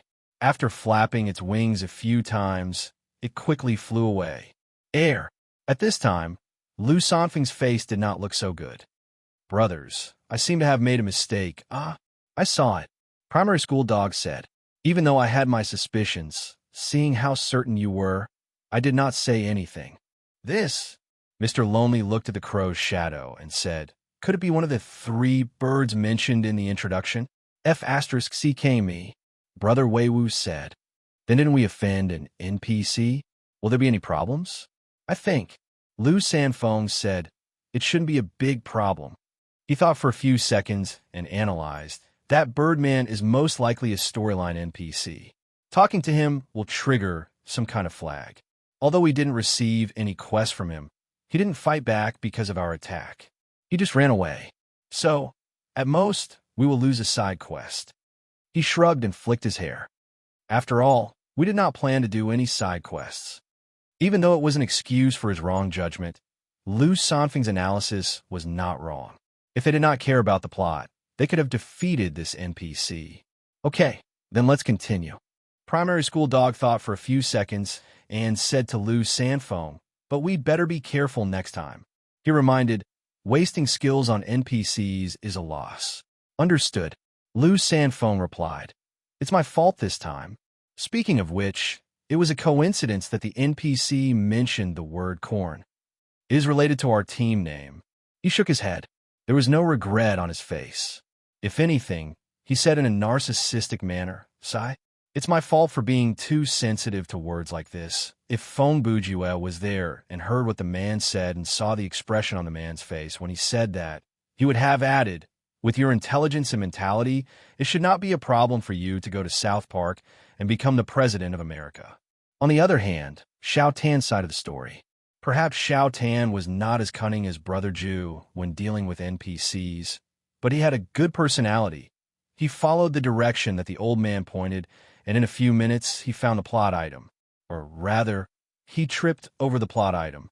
Of course, there was no need to worry about Xiao Tan tripping and losing life points. After he was tripped, he supported himself with one hand and spun his body to dissipate most of the downward momentum. In less than 2 seconds, he flipped over and stood up again. He was basically unscathed. This is the first time I've seen this kind of bread. After Xiao Tan steadied himself, he turned to look at the thing that tripped him, and he had no energy to complain about it. No matter how he looked at it, it was a hand made of bread that suddenly reached out from underground. Don't tell me this thing is alive. Fong Bujue, who was watching from the side, had a clearer view. Several seconds ago, he saw the hand break through the ground and grab Xiao Tan's ankle. Xiao Tan studied the hand for a few seconds before he made up his mind and walked toward it. But, tut, tut, tut, tut, suddenly, the ground crumbled and a strange shadow appeared. This time, it was not just a hand, it was a whole bread man that jumped out from the ground. Its body was of various colors, but the general color was yellowish-brown. Its torso was a rectangular piece of toast, and its limbs were French sticks. Its neck was 2 donuts stacked together, and its face was a coconut bun covered in butter. The rest of its body was also made of various kinds of bread. For example, its left palm was an English broom, and its fingers were 5 very small croissants.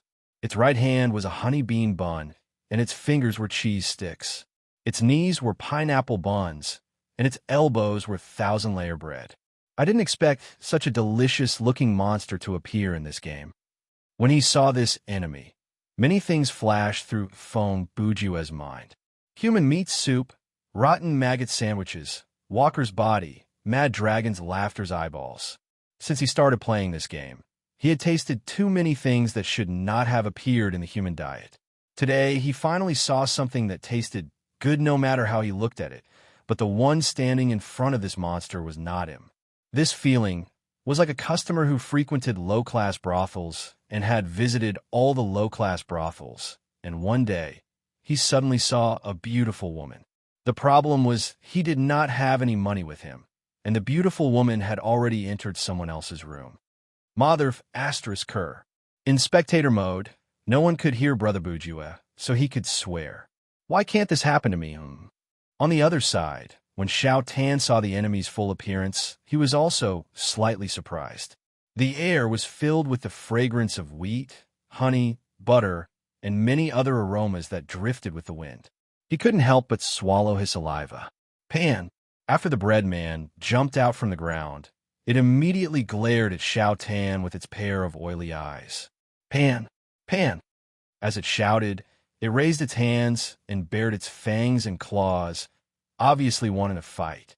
It seems like it can only say the word pan, Fong Bujue muttered. Okay, no matter what, it's better than repeatedly shouting and underscore pan, bean paste bun. It looks like it wants to attack me. Xiao Tan looked at the bread man and said to himself, but it doesn't look very strong. After all, it's just bread. He was still a soft-hearted person. I'll just cut a piece of it and give it to the old man. Pan! Just as Xiao Tan made up his mind, the bread man took a big step forward and charged at him. Even though it was made of bread, it was very fast. Its swift figure tore through the air, scattering layers of wheat powder and leaving bursts of fragrance behind. Sorry, just let me cut it with my knife. Facing this monster's attack, Xiao Tan was not afraid at all. He picked up his military knife, and instead of advancing, he retreated and slashed at the enemy's right arm. Poof! The crisp outer skin was cut open by the blade. TSS, TSS, TSS. The soft, flexible, and dense wheat fiber was quickly cut open. Whoosh, whoosh, whoosh. The breadman's right arm that had been cut off flew in the air and spun. After a round of confrontation, Xiaotan quickly bounced up and caught the piece of bread that had been cut off from the breadman's body. Pan! Pan! After the breadman's arm was cut off, it screamed at the top of its lungs. It covered the cut on its arm and knelt on the ground. Pan, Pan! Seeing this, Xiaotan could not help but feel sorry for it. It looked so pitiful. He looked down at the bread in his hand. After a few seconds of hesitation, he gritted his teeth and said, "But it's already been cut off." As he said this, he suddenly turned around and ran in the direction of the black-robed old man. "I'm sorry." Brother Ju, who had been watching Xiaotan from behind, said at this time, "You're actually apologizing. Are you King 8 years old today? No, you're soft-hearted when you see an anthropomorphic food. Not only is she 8 years old, she's also a girl." Pan! Pan! Just as Brother Ju was complaining, the bread man with the broken arm started to change strangely. Chapter 883. Thump! Thump! A clear and loud heartbeat came from the bread man's body like the beating of a drum. Xiaotan, who was running away with a breadstick, turned his head when he heard the sound. Feng Bujue, who was following Wang Tangji from the perspective of a spectator, turned his gaze 1 second earlier than Xiaotan. Pan! The breadman's voice suddenly became low and deep. He stood up from the ground and looked at Xiaotan. Pan! What? You're saying you're going to be serious? Xiaotan looked at him with a solemn expression. Hey, how did you hear it? Feng Bujue was shocked. Did you hear it from Pan Pan Pan Pan? Papa. The breadman made a few short trembling sounds that sounded like a sneer. Pan Pan Pan Pan Pan. You have this ability? Xiaotan's expression changed abruptly when he heard the breadman's words. No matter what his ability is, it's nothing compared to your ability to translate the bread language. Feng Bujue heard Xiaotan's words and complained. Pan Ban. Pan Kai. The next second, the breadman raised his remaining left arm and shouted 2 syllables that sounded like Bankai. And he was obviously not just saying it, because at this moment, an amazing spiritual pressure burst out from his body. His broken arm was instantly repaired by this power. Then his body began to change. The bread color on his body deepened slightly, and a wave of heat came out of his body. This process lasted about 10 seconds. After it was over, the bread man looked at Xiaotan and snorted coldly. Pan! Pan Pan! When his voice fell, a strong burnt wheat bran smell, which also contained the complex and harmonious aroma of honey and milk, wafted over. Obviously, the bread man had become more delicious after being heated at super high speed. What the F***CK? Feng Bujue roared when he saw the transformation. What's the point of this transformation? So that's how it is. Because it has become more fluffy, its volume has increased slightly. It can also compress the heat within the body to burn the enemy.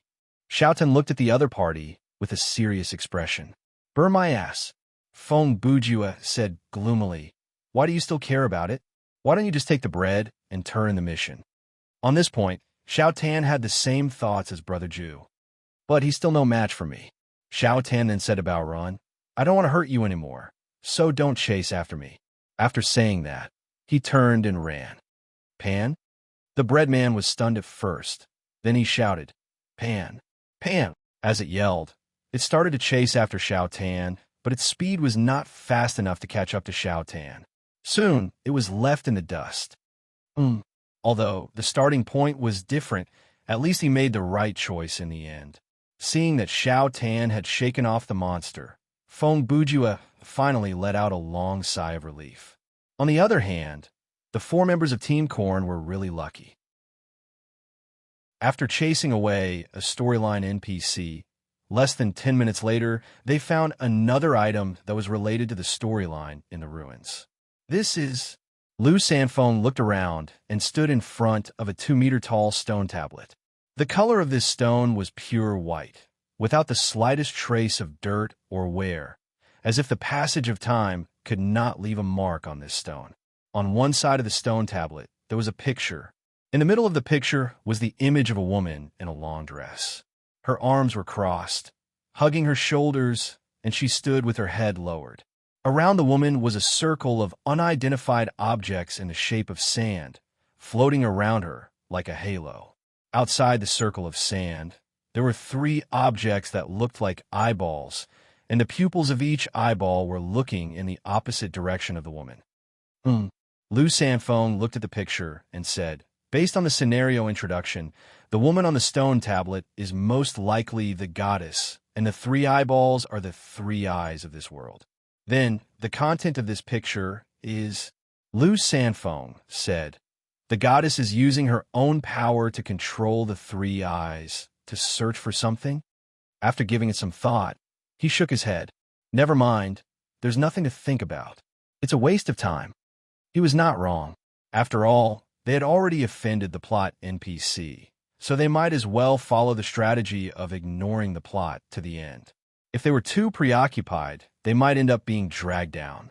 Therefore, Lou Sanfone walked away from the stone tablet and continued his journey to find the enemy team members. At the same time, hey, you, what's going on over there? Hua Jian, who was traveling together with Ruo Yu, seemed to have seen something in the distance that caught her interest.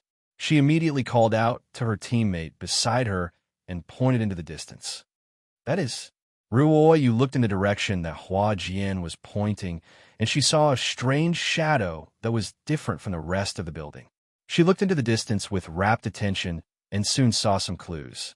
The remains of this statue do seem a little strange. Ruo Yu muttered. Yes, I also feel that something is wrong, Hua Jian said. Theoretically speaking, it shouldn't have ended up like this, right? The strange thing that they were talking about was the statue's state.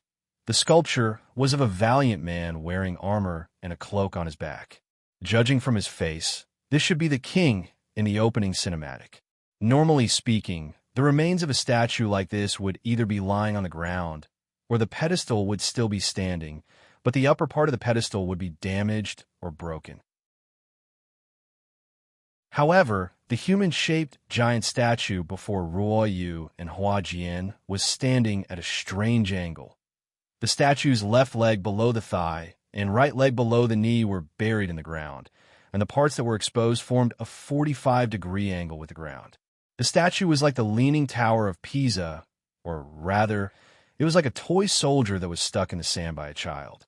Perhaps the ground below it suddenly collapsed and solidified.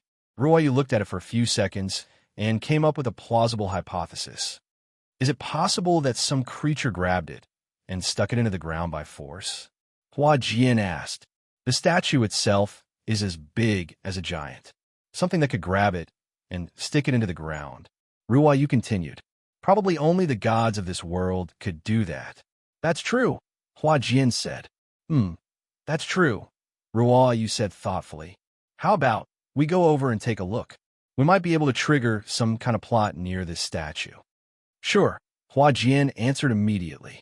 The 4 from Underworld Frontline obviously did not completely ignore the plot development, so the 2 of them quickly made a decision and walked toward the statue. On the other hand, on Xiaoling's side, so far, Xiaoling's search area had exceeded the total search area of all the other players. Her efficiency was undeniably high. In terms of detection ability, even Feng Bujue was far behind her. Speaking of which, her data had not been listed in the previous chapters because she was killed by Brother Ju at the beginning of the Super Dimension Battle Royale scenario, so this was the perfect time to introduce her in detail. Laughing Soul, level 46 title. Humanoid weapon, title ability. Berserk Fortress EXP.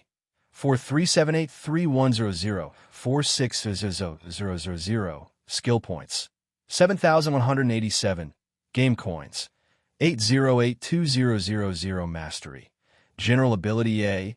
Workmanship C. Sleuthing A. Fighting C. Marksmanship S. Medic E. Sorcery C. Summoning F. Inventory 1,830 Red Wine X3. Astral Vision Signal Flare X5.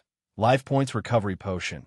large, X5, life points recovery potion, medium, X5, hemostatic bandage X5, antivenom X5, antifreeze X5, burr medicine X5, perpetual flashlight, FN 57, MP5, Chris_Super_V, Ultimax 100, flaming thruster, dog leash, peach spitting message, Vanguard shield, blood corpse gods Magatama.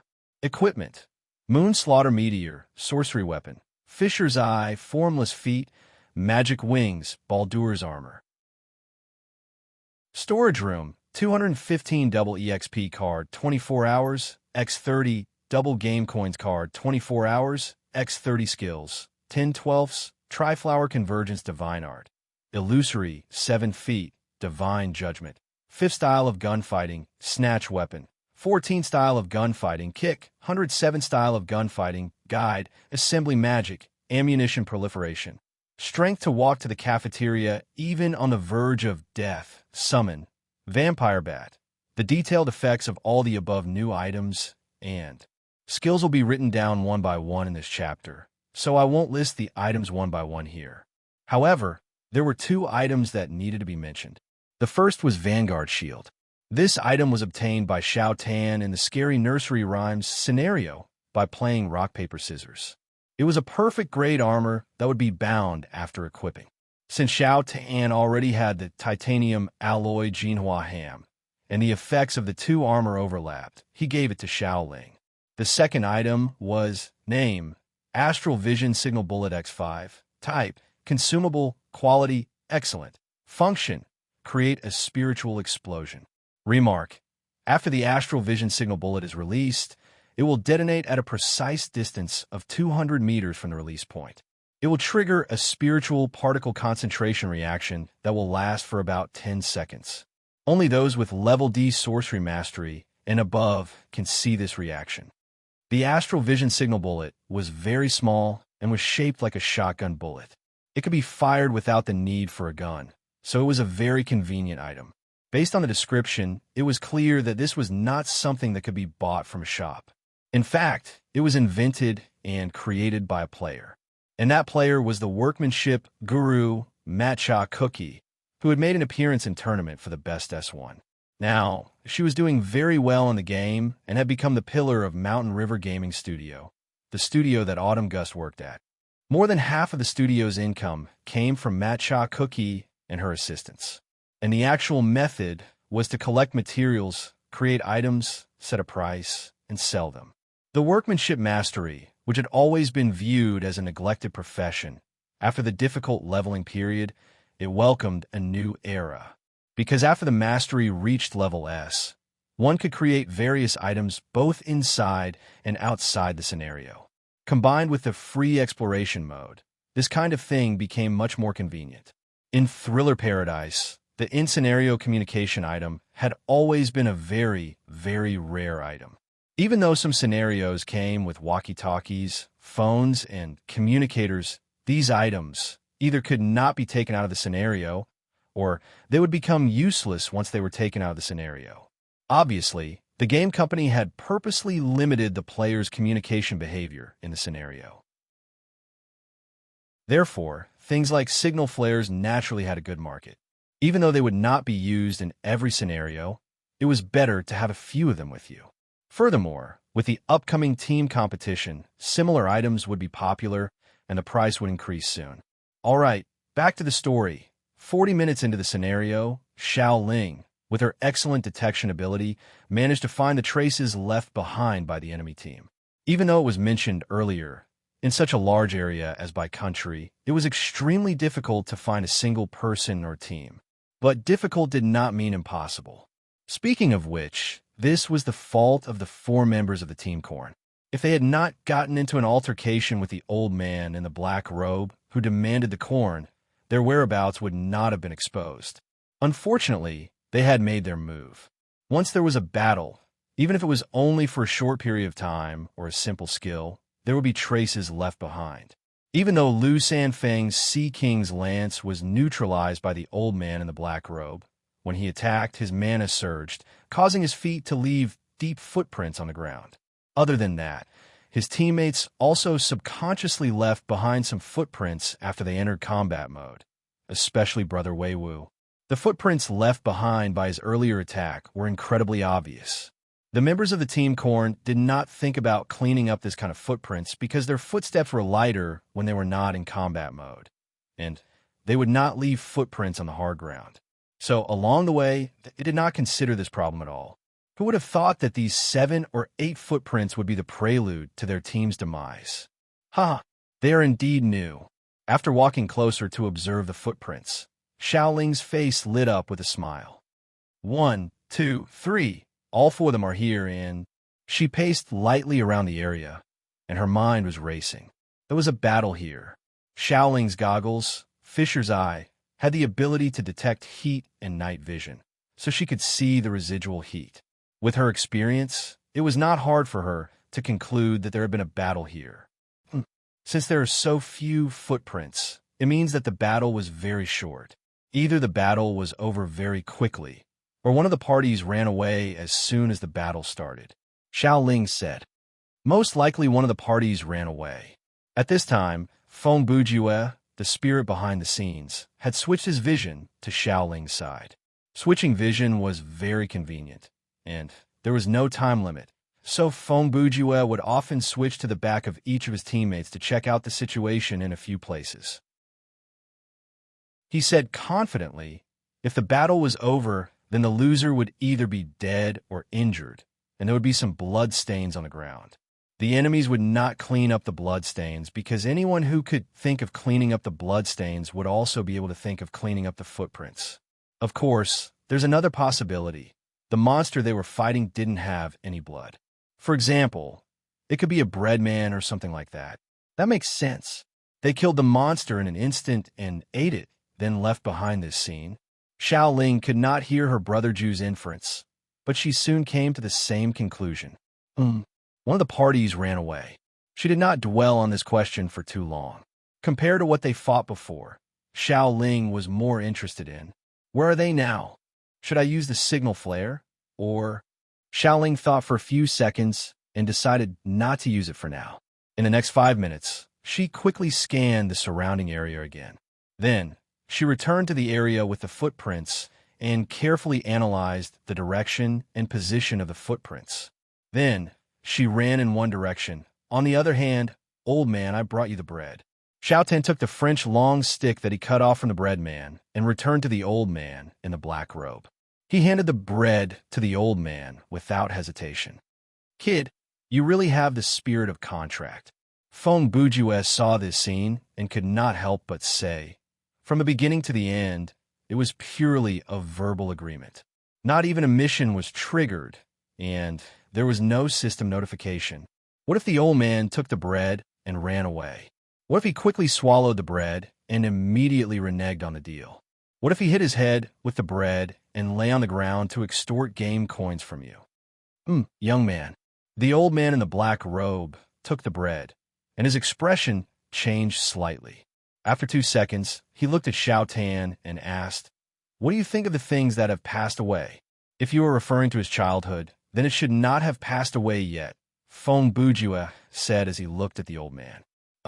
Can you be more specific?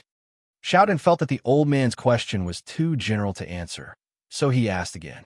For example, this country, the old man in the black robe continued. Xiaotan heard this, thought for a moment, and replied, I don't know much about this country, but from what I know, I think the king brought about his own destruction, and the people were implicated because of him. The old man in the black robe asked, aren't you from this country? The moment he asked this question, Feng Bujue seemed to understand something. No. Xiaotan, who was unsuspecting, immediately replied, Ha, I see, that's great. The old man in the black robe smiled. He put the bread in his arms and suddenly reached out his hand to grab Xiaotan. Come with me. Before he finished speaking, he had turned into a black light and flew into the sky with Xiaotan.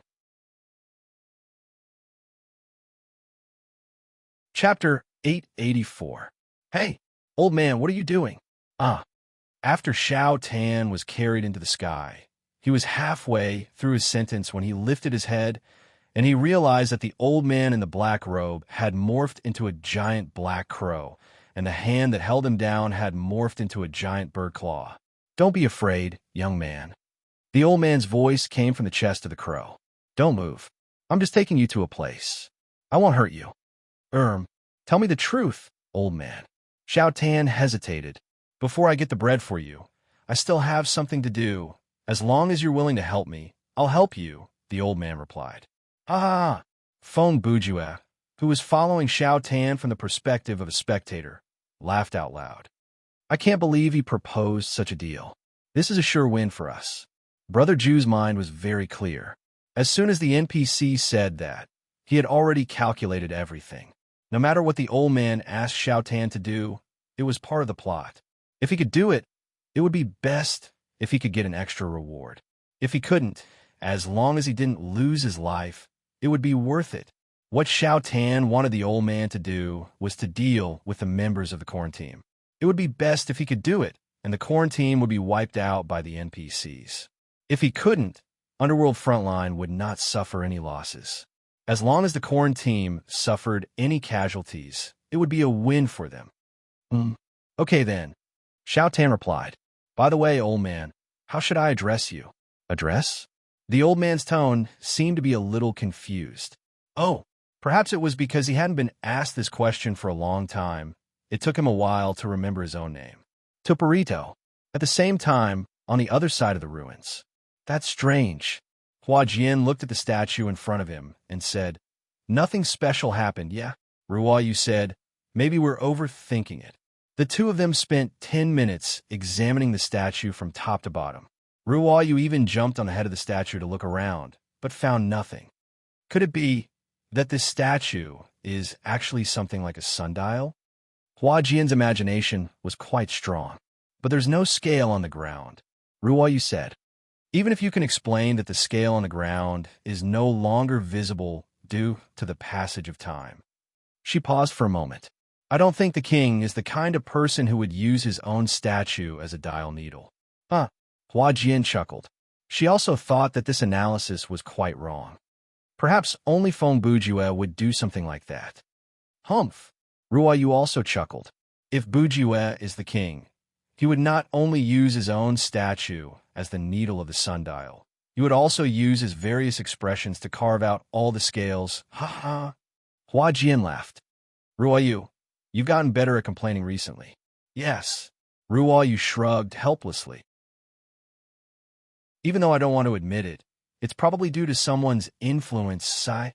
Hua Jian said, "Do you think he's watching us from the side now? It doesn't matter if he hears us." Ruo Yu said calmly. "He's not the kind of person who would get angry after being teased, mocked, or made fun of." When she said this, her eyes unconsciously glanced behind her. He's the kind of person who would wait for an opportunity to return the favor after being mocked, or made fun of. "Tieska, you sound like you know me very well." At that moment, Feng Bujue was really behind Ruo Yu, but Ruo Yu would not have been able to sense his presence, so that glance earlier was probably just her intuition.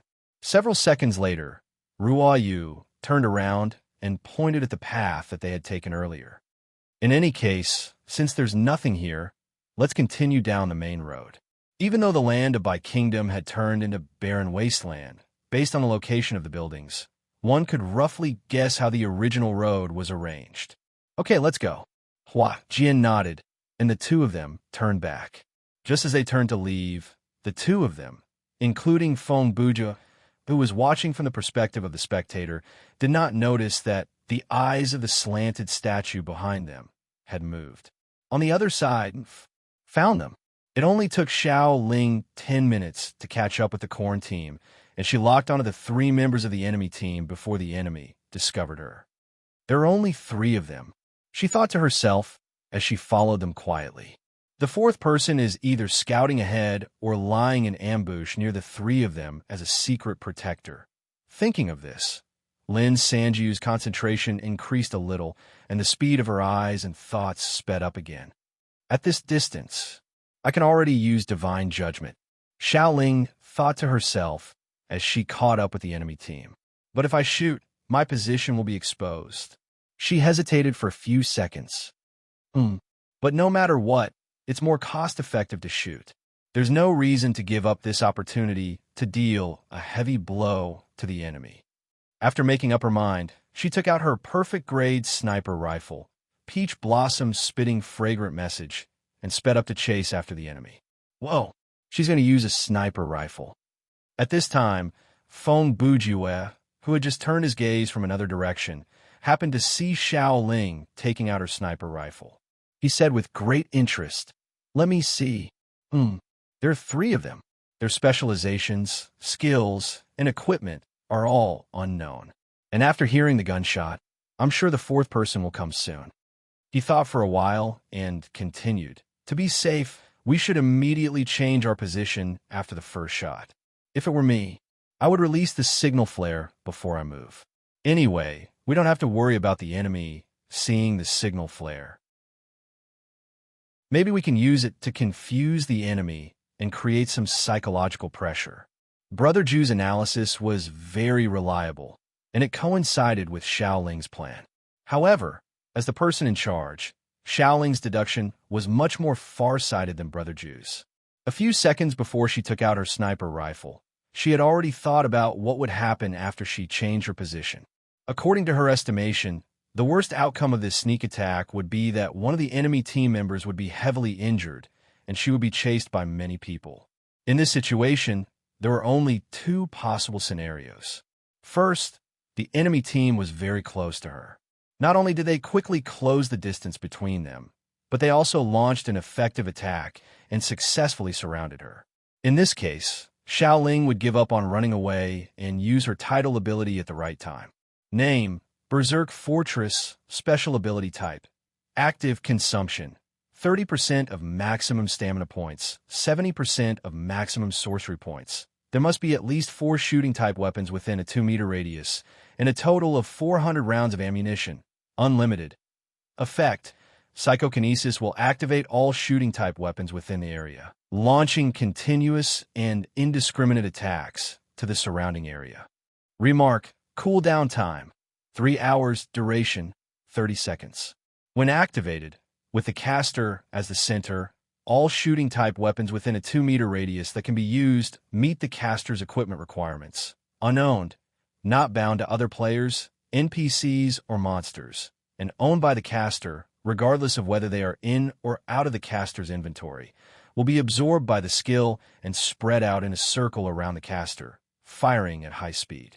The caster will not be able to end the effect of Berserk Fortress prematurely. Even if the caster runs out of ammunition, the shooting will not stop. However, the damage of the overloaded ammunition will be reduced to 30% of the normal damage.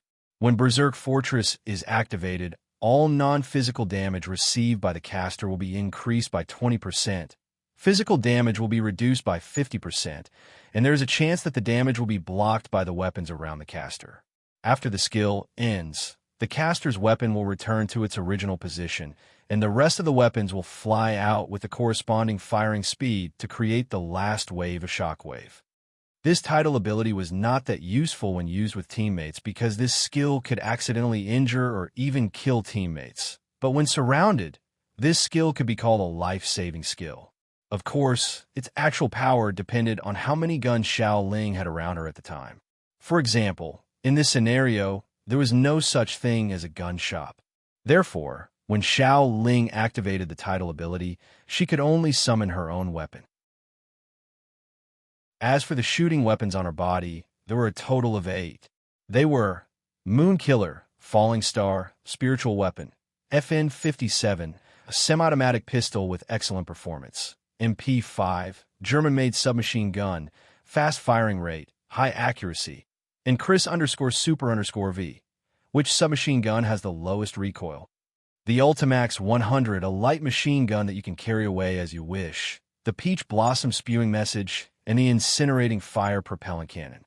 Basically, if this was a place with a high population density in real life, when she activated this skill, it would not be a problem for her to kill a whole company of people. However, in the game world, the lethality of this skill was a question mark because she had yet to find the right time to activate this skill. That was how to deal with the first scenario. Now for the second scenario. The enemy was not chasing her closely, but Xiao Ling was unable to shake them off. In this situation, she could fight and retreat at the same time, controlling the rhythm of the battle. As long as she chose her escape route and released a flare after some time, she would be able to receive the support of her teammates, and she would be able to launch a counterattack. The above two scenarios were just variations derived from the worst-case scenario. As for the more good outcome, for example, the other party would have one of their heads blown off in a single shot, two of their heads blown off in a panic, or even gradually being exhausted or even wiped out in the process of chasing. All of these were possible. Therefore, Xiao Ling's ambush was a must. This kind of risk and reward ratio was perfect, and it was definitely worth it. 600 meters is enough. Any closer, and there's the risk of being discovered. Another minute passed, and Spirited was already at an ideal distance. After her detection mastery was high, her sense of distance had become abnormally sharp. Even if the target was very far away, she could still accurately judge the distance with her eyes. Even if the commander's zero-lag calculation is done, he might not be able to dodge a sniper attack within 600 meters. Spirited muttered to herself. When she was sniping Feng Bujue at Wushuang Plains, Xiao Ling did not dare to get close to him. At that time, she deliberately chose to launch the ambush from a kilometer away. Now that she thought about it, the distance was not far enough because Feng Bujue's speed was really scary. If she could go further, Xiao Ling might be able to buy more time and opportunities. I hope I can kill one, Xiao Ling muttered as she found a piece of the wall of a building and quickly set up her sniper rifle. Selecting a target, aiming, activating the skill, and pulling the trigger. The whole process was done in one go. It was as if her skillful and instinctive movements had brought about a fatal attack. Bang. The moment the gunshot rang out, Mighty_Domineering's head exploded like a watermelon. Just as Xiao Ling expected and hoped, the long-range ambush was a one-hit kill. The opponent did not even have the chance to fight back before he became a mutilated corpse. Within a few seconds, he turned into white light and disappeared. Dodd, elementary school dog, was a professional, after all. Before Mighty Bro's corpse fell to the ground, he already knew what had happened. The moment he jumped out, he turned his head and roared, giving his teammates a short and clear order. It was because he shouted the word dodge in time that Mr. Loneliest was able to survive. Perhaps it was his subconscious reaction to obey the captain's order. But in this critical and shocking turn of events, Mr. Loneliest immediately followed Dog's instructions. Although he did not know where to dodge, it was always a good idea to curl up and roll on the ground. Unless he was facing an attack from the ground, this was almost a perfect way to dodge. Therefore, before the first gunshot rang out, Dog and Mr. Loneliest had already used different methods to hide behind two different bunkers. Xiao Ling saw their reactions through the scope. She pursed her lips and muttered, "If that's the case, quit while you're ahead." She put the sniper rifle back in her inventory, turned around, and ran. In the process, she took out a astral vision signal flare, pressed the switch, and threw it into the sky. Whoosh! The signal flare accelerated after it left her hand. When it reached a height of about 200 meters, it suddenly exploded and bloomed into a dazzling flower-shaped pattern that looked like fireworks. This pattern could only be seen by people with level D sorcery mastery and above. Normal people would not be able to see it even if they heard the sound.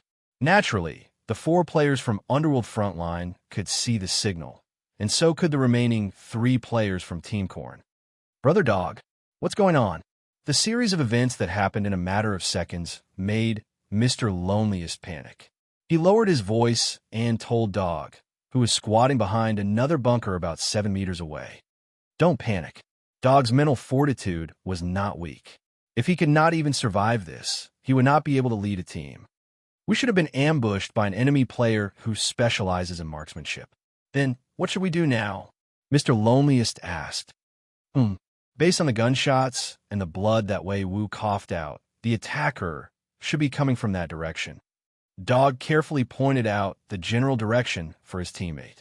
The thing that they threw into the sky was a signal flare. I've seen people use it in other scenarios before. If I'm not mistaken, they're calling for their teammates to come over. He paused before continuing. If the enemy has the advantage in numbers, there's no need for them to do that.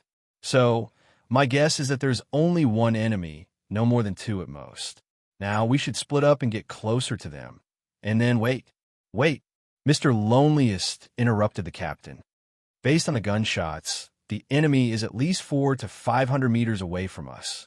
Without any cover, the two of us will most likely be shot to death by this guy, who specializes in marksmanship. Dog smiled bitterly. Combat is a matter of life and death. Isn't it too naive to think that we can win without taking any risk? As he spoke, he took out a shield-shaped armor from his backpack. If you put yourself in their shoes, didn't they also take a huge risk and launch a surprise attack on us when they were at a disadvantage in terms of numbers? I get it now. Mr. Loneliest's expression turned serious. I understand now. Let's go. Okay, you go that way, and I'll go this way. Dog gestured with his hands and charged forward. Dog was, after all, a professional player with plenty of combat experience.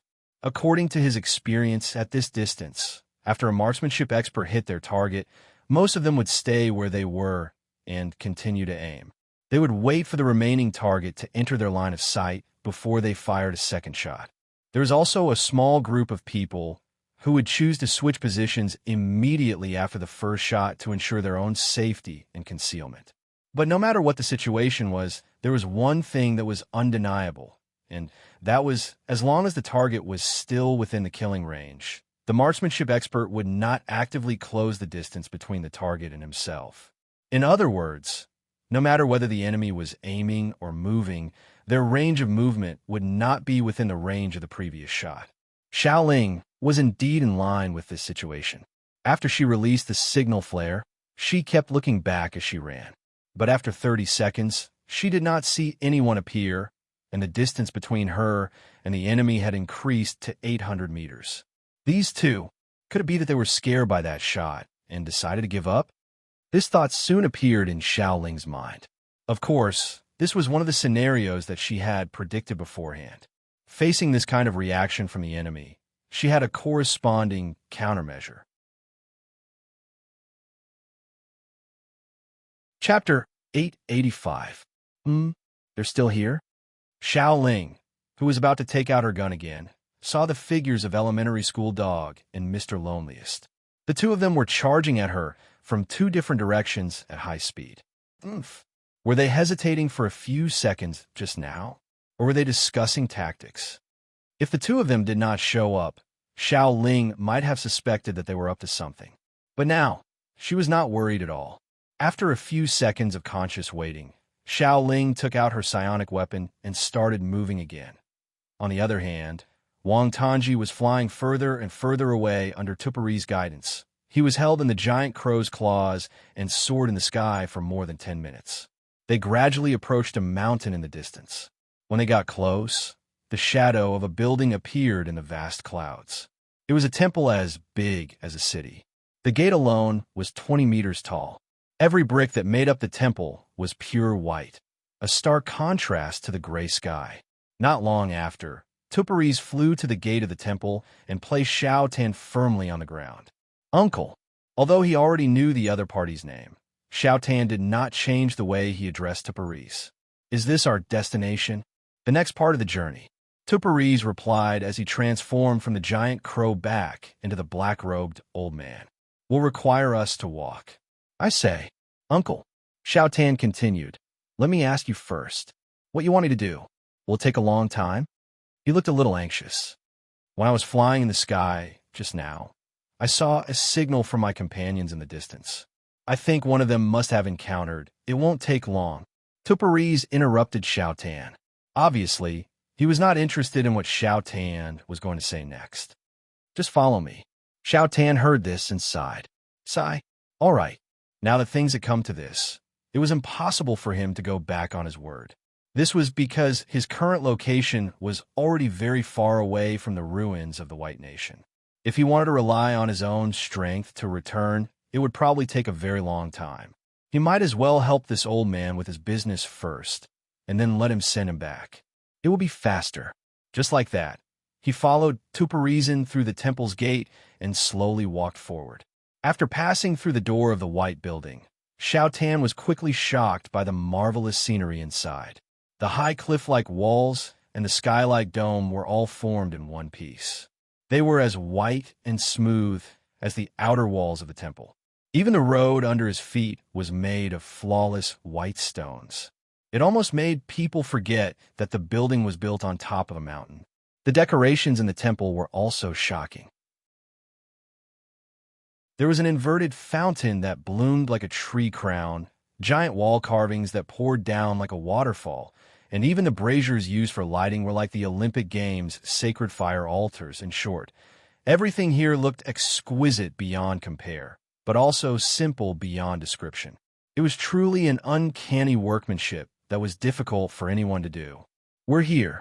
After walking briskly for 7 or 8 minutes, Tuparizin brought Xiao Tan to a stone door and turned around to speak.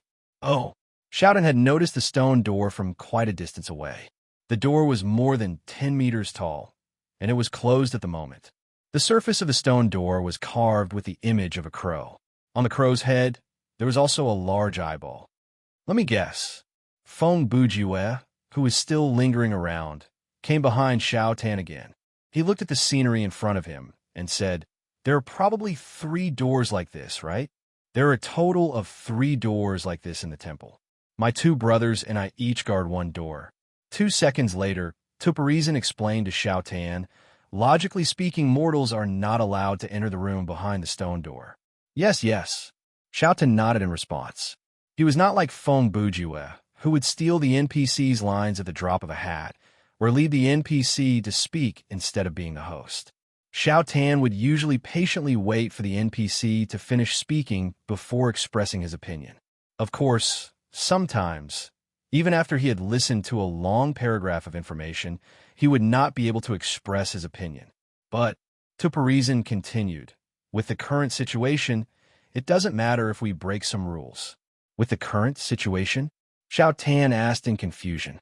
Tuparizin showed a rare expression of disappointment and replied, "My master, who is also the master of the temple, the goddess Neva, she went missing after a war many years ago.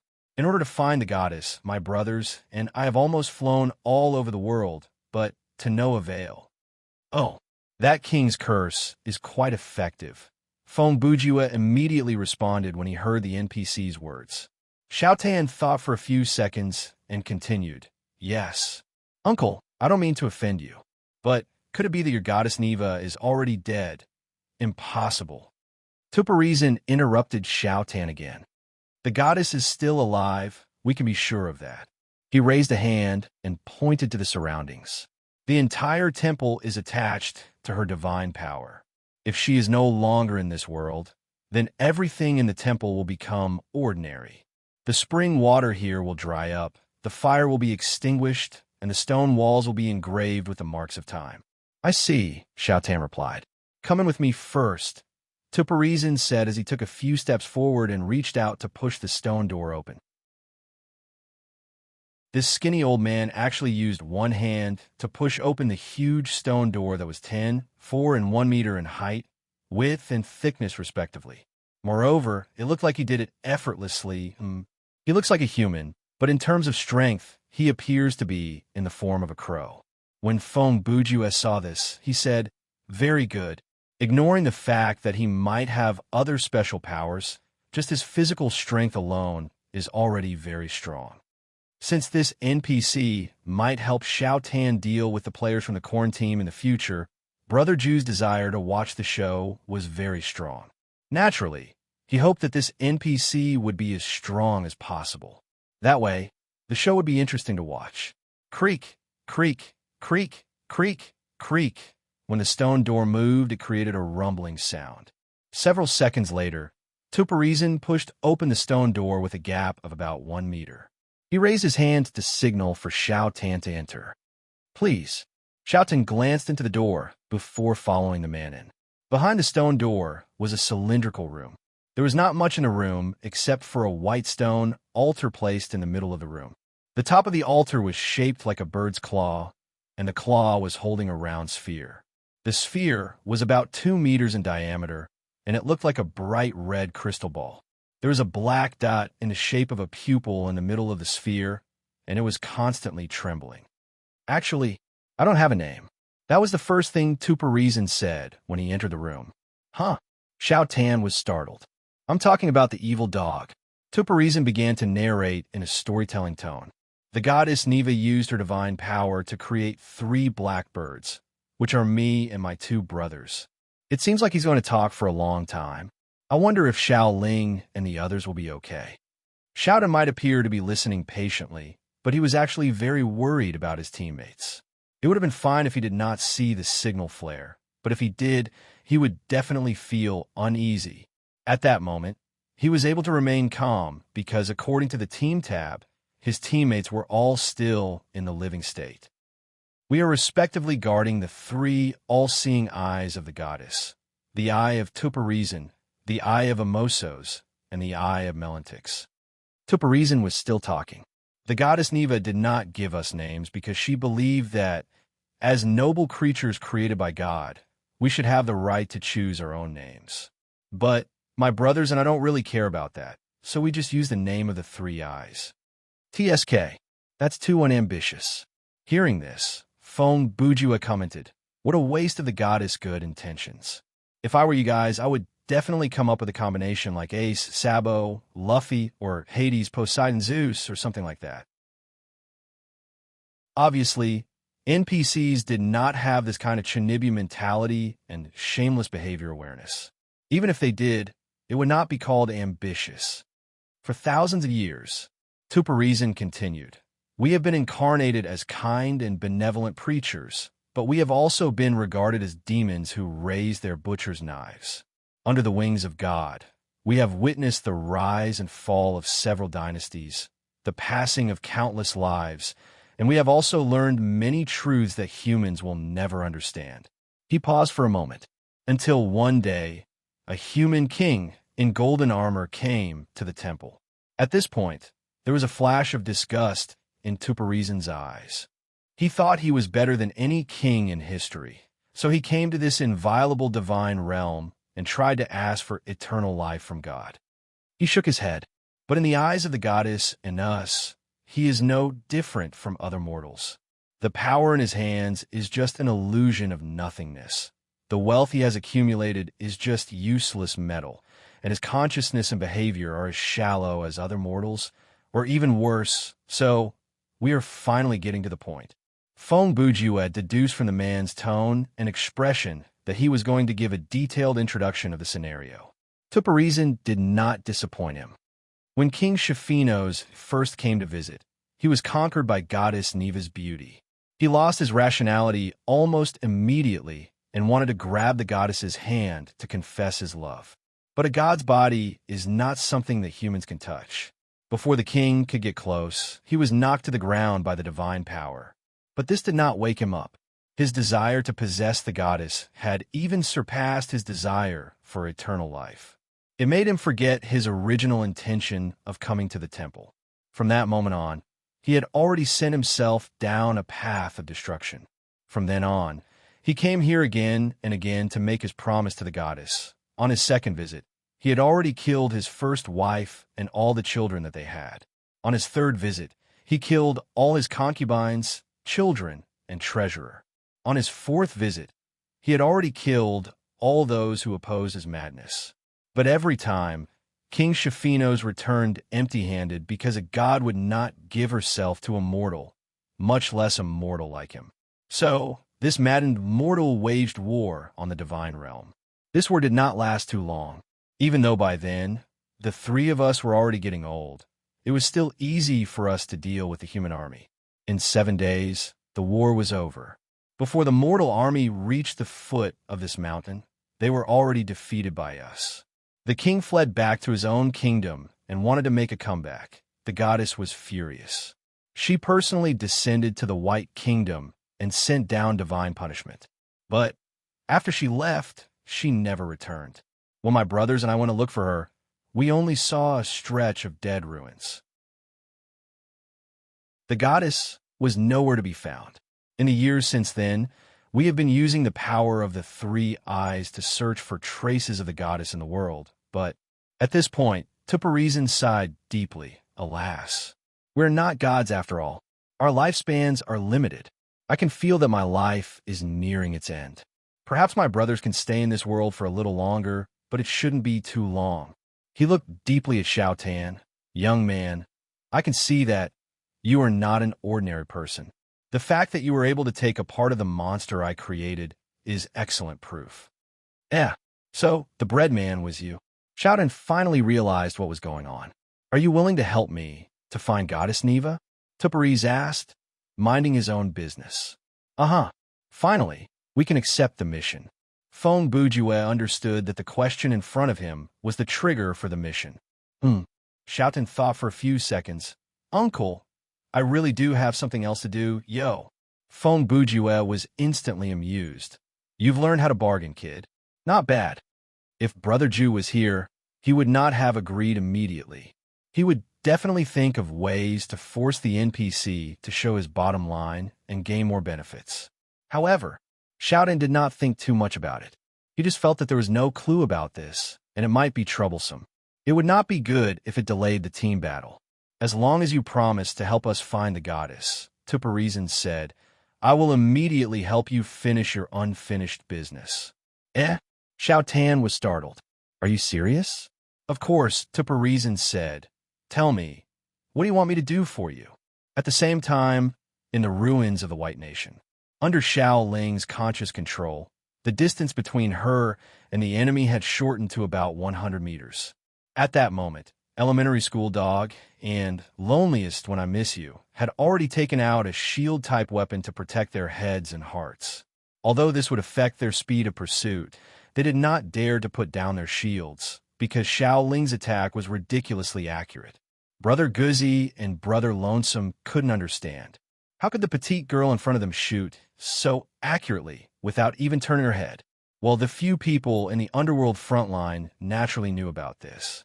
The first special effect of Moon Slaughter, New Moon, based on a shooter's wishes, the trajectory of the bullet will be automatically calibrated to a certain extent, and the first special effect of Falling Star, Star Orbit, based on a shooter's wishes, the trajectory of the bullet will be automatically calibrated to a certain extent, were both bug-like effects. As long as Xiao Ling's muzzle was roughly aimed at the target, the bullet would not be too far away, of course. This also had something to do with Xiao Ling's own prediction. It did not mean that she could achieve this effect by simply moving her hands behind her back and firing randomly. During this escape, Xiao Ling estimated the speed of the enemy's advance and left a safe space for herself. Then, as she fired continuously, she figured out the enemy's reaction pattern. From 800 meters to 100 meters, every time the distance was shortened, Xiao Ling would gain more information. After paying the price of 700 meters, she could now look back every 10 seconds and then shoot blindly for 10 seconds in a row with an 80% hit rate. Furthermore, as long as Xiao Ling wanted to, she could increase the distance between herself and the enemy at any time. However, she would not do that easily. First of all, the distance of 100 meters was more advantageous for her. After all, her sorcery weapon had unlimited ammo and would not overheat. At this distance, she could continuously suppress the enemy with a considerable amount of firepower, causing the enemy to lose stamina points and life points. Secondly, the reason she created this situation was not only to gather information about the enemy, but also to set up a psychological trap.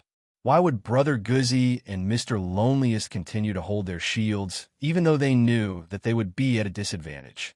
The reason was simple, because the distance between them and the enemy was shrinking. Xiao Ling played this psychological trick beautifully. If the distance between the two parties didn't decrease at all during the chase, or if the distance between the two parties was widening, then the two of them might just give up on the chase, or simply run away. She wanted them to think that just a little bit more, and we'll be able to catch up so that she could maintain this subtle control. Brother Guzzi, After running for a while, Mr. Loneliest turned to his team leader, who was about 10 meters away from him, and said, "We can't go on like this. What do you think?" Elementary school dog asked straightforwardly, "You should have a rough idea of the enemy's speed. If we carry the shield, we won't be able to shorten the distance," Mr. Loneliest said. "So," Guzzy said again, "let's give it a try," Mr. Loneliest said. His tone was serious and determined. Guzzy thought for 2 seconds. "Okay, we'll listen to you." When he finished, the two of them did the same thing. Chapter 886. At that moment, Brother Go-Go and Mr. Loneliest concentration had reached its peak. They put away the shields in their hands at almost the same time and charged forward at full speed. After all, these two were high-level players, elementary school dog, level 50, Loneliest when I miss you, level 47, so they more or less had a few powerful skills. If Xiaoling did not leave a safe distance, then they would be in real danger. Thankfully, the distance of 100 meters gave Xiaoling more than enough time to react. Everything was going according to plan. Xiaoling had purposely led them to believe that as long as they gave up on defense, they would be able to catch up and destroy the enemy.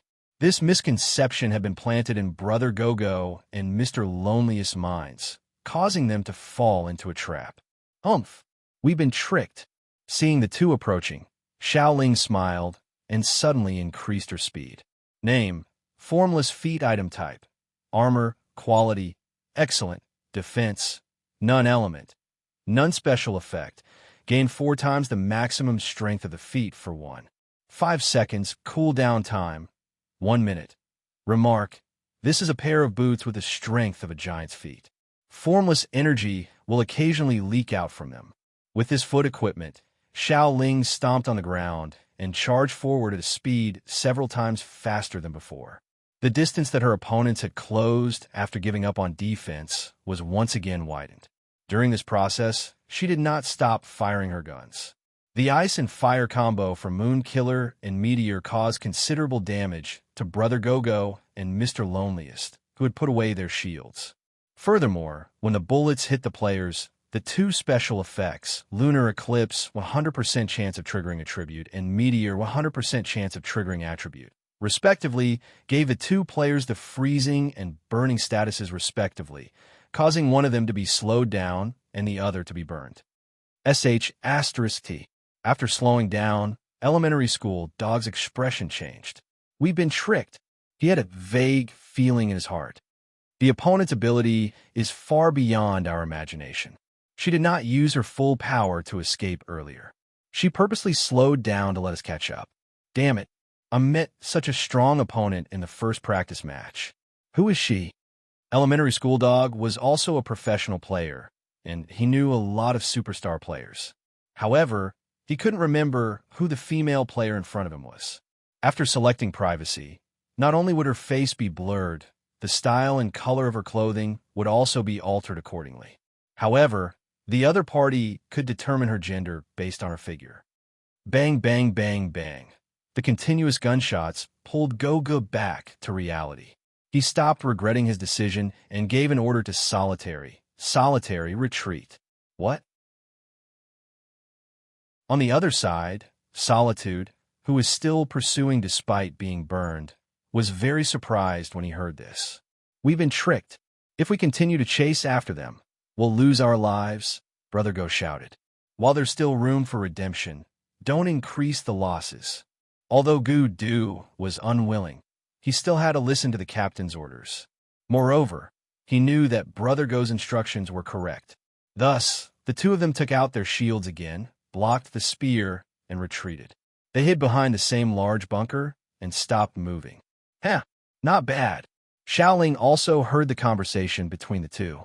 She took out a second signal flare and shot it into the sky as she muttered, "His analysis of the battle is quite accurate, and his response is not bad." Unfortunately, at this point, the burning ember thruster cannon had already appeared in her hand. Compared to me, he's still half a beat slower. Dee-dee-dee. The sound of the cannon gathering energy before it was fired was chilling. When Brother Go and Solitary realized what the other party was doing, they didn't even have time to greet each other before they ran in different directions. Whoosh! The next second, a violent flame burst out from the cannon and destroyed everything that stood in its way. It even pierced through the cover that Brother Go and Solitary were hiding behind. The two sure were lucky. If they had run half a second later, they would have been shot through the wall. This guy. A few seconds later, Go-Go got up from the ground and hid behind a piece of wreckage. He panted and said, "It doesn't look tall, but it's a mobile stronghold." On the other side, Mr. Sadist had a similar reaction. He found a place to squat down and mumbled to himself. He is a marksmanship specialist, and he controls so many weapons, but his movement speed is faster than us hand-to-hand combat specialists. Can we still play this game? Actually, it was playable, but the difficulty was high. In Thriller Paradise, there were many players who moved faster than Xiaoling. Even among the few from Team Corn, there were two who moved faster than Xiaoling. One of them was Mighty_Domineering, who had been shot in the head, and the other is Elementary School Dog. But the problem was speed alone might not be enough to catch up to the enemy. Other than movement, Xiaoling could use suppressive fire to prevent the enemy from getting close to her. Even Brother Ju had to pay the price of blood to close the distance between them. Of course, at the time, Brother Ju had already been ambushed, and they were surrounded by an open field. "Brother Go, what should we do?" When Solitary asked that question, he used a potion to stop the burning effect on his body and stop the loss of life points. "If we chase after her, she will run. If we stop, she will fight back." Wait. Elementary School Dog only answered with one word. He did not use any item to remove the debuff on his body because most of the debuff from the element of ice would automatically decrease until it disappeared at room temperature. Solitary thought about it for 2 seconds and understood the meaning of Brother Go's answer. Indeed, they only needed to wait a little longer because they still had another teammate who was not that far away from them. One thing was for sure. After Lu Sanfeng heard the first gunshot, he would have turned back. But if he returned to the scene, he might not be able to accurately follow his teammates' movement, and the direction of his support might deviate. But now, Xiaoling's second signal flare would undoubtedly attract his attention. With the addition of one more person, the situation would change. Speaking of which, at the same time, at the other end of the ruin, a black-robed old man who was standing alone suddenly raised his head and said to himself, "What? Yes, big brother. I understand now." After he finished speaking, he leaped into the air and transformed into a giant crow. He flew straight in the direction of the battle between Little Ling and the two from the Team of Corn.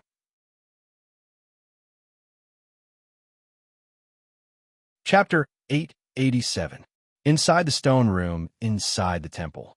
I wonder how Xiao Ling and the rest are doing. Xiaotan mumbled weakly under Taparazon's eye. Even though he wanted to return to the ruins to help, there was no way he could do that. Several minutes ago, he had received a side quest. Help the 3 Black Raven brothers find the whereabouts of their goddess. According to Taparazon, to find the goddess, one had to use the power of Taparazon's eye, and to use its power, Xiaotan had to stand alone in the room and communicate with the giant eye for a period of time. This kind of communication was purely mental, just like how the old Supreme Kai helped Gohan unlock his potential. During the process, one would not be able to see the change in progress, and one could only wait. I really don't know what there is to worry about. Hearing Xiao Tan's mumbling, Feng Bujue gave him a non-committal attitude. Based on my current observation, even if there is only Ruo Yu alone at the ruins, it is more than enough to wipe out the enemy. Furthermore, we have the trump card in our hands. I don't think we will lose even if we want to. The trump card Brother Ju referred to was none other than name, Blood Corpse God's Magatama type. Others quality, legendary special effect. Summon Blood Corpse God, lasts for 15 minutes. Remark, this is a Magatama that was born after the Blood Corpse God signed a contract with someone. There are 5 Magatama in total, and any one of them can summon the Blood Corpse God. Within the same scenario, the Blood Corpse God can only appear once. Entering the same scenario again will grant you the right to summon it again. Each of the 5 members of Underworld Frontline had one of these magatama. To put it simply, every time they entered a scenario, they could summon the Blood Corpse God once, and this action did not cost them anything. It was a waste not to summon it. Of course, since the Blood Corpse God could only appear once one of the 5 summoned the Blood Corpse God, all 5 magatama would lose their summoning power until the scenario ended. As for the source of these magatama, as mentioned in the note, it was the product of a deal between the Blood Corpse God and someone, Fongbudua. It had to be said that this was indeed a win-win situation. For Fongbudua, he had gained a powerful summoned creature, and for the Blood Corpse God, he no longer needed to worry about his survival and food source. When the 5 jade hooks were brought to the hub of Thriller Paradise, the Blood Corpse God had left his universe and become a multi-dimensional creature. It didn't make much of a difference to him whose hands the jade, magatama, ended up in. In any case, all he had to do was wait for the summons and then enjoy the battle and food. Buzz, buzz, buzz, eh? Just as Xiao Tan was gradually losing his patience, ripples of energy appeared on the surface of Taparazon's eye, and it let out a strange cry. At that moment, Xiao Tan's eyes appeared to be sucked in, unable to move away from the giant eye. Many flashing images were imprinted on his retina, and a large amount of information rushed into his brain. In less than 2 seconds, Xiao Tan screamed in pain. Obviously, this was not a good feeling, or rather, it was excruciating pain. Thankfully, the pain did not last for too long. About 10 seconds later, Xiao Tan's vision darkened, and he collapsed to the ground. In Thriller Paradise, the players would not lose their consciousness, so he could feel the intense pain in his brain. He opened his eyes with difficulty and crawled up from the ground. At that moment, Taparazon walked through the stone door again. "Young man, are you all right?" Taparazon asked in a rather calm tone. That depends on your understanding of all right." Xiao Tan staggered up and held his forehead with one hand. "My current physical state is somewhere between a mild concussion and an incurable disease. Why don't you just say you won't die for now?" Brother Ju mocked. Taparazon's reaction was to ignore these words that he did not fully understand and return to the topic at hand. "Young man, this is the first time you have come into contact with the power of Taparazon's eye. This kind of impact is unavoidable, but after experiencing this process, you will be able to use this pair of eyes to observe the world freely." "Oh," Xiao Tan answered skeptically. He raised his head again to look at the giant eye. Instantly, his vision was sucked in again. But this time, the extreme pain had been reduced to a level that was almost negligible. Furthermore, he realized that he could now have a certain degree of control over the content that he saw. This was a visual experience that was hard for humans to imagine. In a way, this could no longer be called vision. Humans were equipped with a rather good visual system, and its precision was something that could not be matched by any camera or photographic equipment. But in the natural world, there were many animals that had better vision than humans. Whether it was the perception of color, brightness, or the reaction of time and space, human vision was not the best. Taparazon's eye, on the other hand, was a pair of eyes created by God. Even if it was just sharing its power, it could still allow people to see wonders that they would never forget. Now, although Xiao Tan was standing in the stone room, he could see everything in this world. For example, if he wanted to see the scene in the ruins, he could see the entire ruins with just a thought. From the outline of the entire ruins to the smallest grain of sand on the ground, he could see everything at the same time and clearly. What's going on?" After Xiao Tan stared at Taparazon's eye for 3 seconds, he asked in confusion, "Why are there so many people there?" This question sounded random, but Taparazon knew what he meant. Because Taparazon's eye observes the past. Oh, upon hearing this, Brother Ju became excited again. This kind of setting, if I'm not mistaken, correspondingly, Amoso's I can see the present, Taparazon continued. And Marantix's I can see the future. I see. Xiao Tan looked up at the giant eye in a daze. Without turning his head, he said, "All right, Uncle, about the thing I asked you to do, I've already informed Marantix about this with my divine sense. Taperazon replied. He's already on his way. Shouten still seemed a little worried. That he wouldn't have mistaken me for someone else, right? Impossible, Taperazon continued. When you appeared in the ruins of the White Kingdom, Amosos already knew your whereabouts. I've already confirmed with him. Your 3 companions are all women, and your enemies are all men. One of them is already dead. Oh, Shouten replied. He thought to himself, looks like this uncle is quite reliable. I'll just help him look. At the same time, somewhere in the ruins, Lu Sanfeng, who was running in the direction of the second signal flare, was blocked by a figure. It was a valiant-looking woman with a long sword at her waist. Her face could not be seen due to the privacy protection function, but Lu Sanfeng could basically confirm that she was a member of the enemy team. So you're using the attack the reinforcements tactic? Lu Sanfeng knew that since the other party was blocking his way, she must have the confidence to kill him. He did not dare to be careless. He immediately stopped and confronted the enemy. There's at least one more person hiding in the dark, right? There were 2 people when we arrived. Ruoyu replied coldly. But when I saw you, I sent the other person to the signal flare. Lu Sanfeng's expression changed slightly. What do you mean? He paused for a moment and said the answer himself. Are you trying to say that you alone are enough to deal with me? Ruoyu replied in a low voice. Yes, more than enough. Huh? Lu Sanfeng sneered. Beauty, are you trying to infuriate me and cover up the fact that my teammates are lying in ambush? It's no use. I won't fall for it. You can play tricks or go 2-on-1. I don't care. As he spoke, he took out a multi-knotted staff from his backpack. I'll say this first. I fought my way into the Battle of the Cocoon in S1 for the Tournament of the Best. You know what that means, right? I'm sorry, but I didn't participate in S1, so I don't know what that means. Ruoyu replied. Then there's nothing I can do. Lu Sanfeng's confidence was off the charts when he heard that Ruoyu didn't participate in S1. He assumed that Ruoyu didn't participate because her level wasn't up to standard or she wasn't strong enough. No wonder you said something like more than enough. After all, you don't even have a concept of how strong we are. As he spoke, he quietly gathered mana on his staff. If you want an example, the outcome between you and me is like a professional boxer fighting a street thug. Is that so? Ruoyu was too lazy to retort, so she simply replied with 2 words. Then I'll let you experience the difference between a normal player and a professional player. Lu Sanfeng pointed his finger and unleashed a skill. Fiery Spirit Exorcism. In an instant, a fiery spear that was close to pure energy shot out from his staff and flew straight at Ruoyu. Seeing this, Ruoyu's expression did not change in the slightest.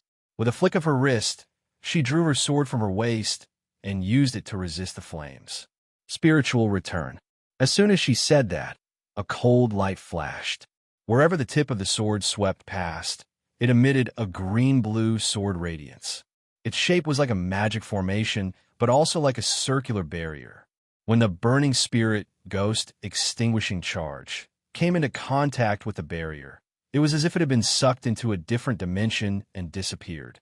In the next second, the flintlock came back from the same dimension and flew back in the opposite direction with the same trajectory. Its speed and strength had increased by more than 50%.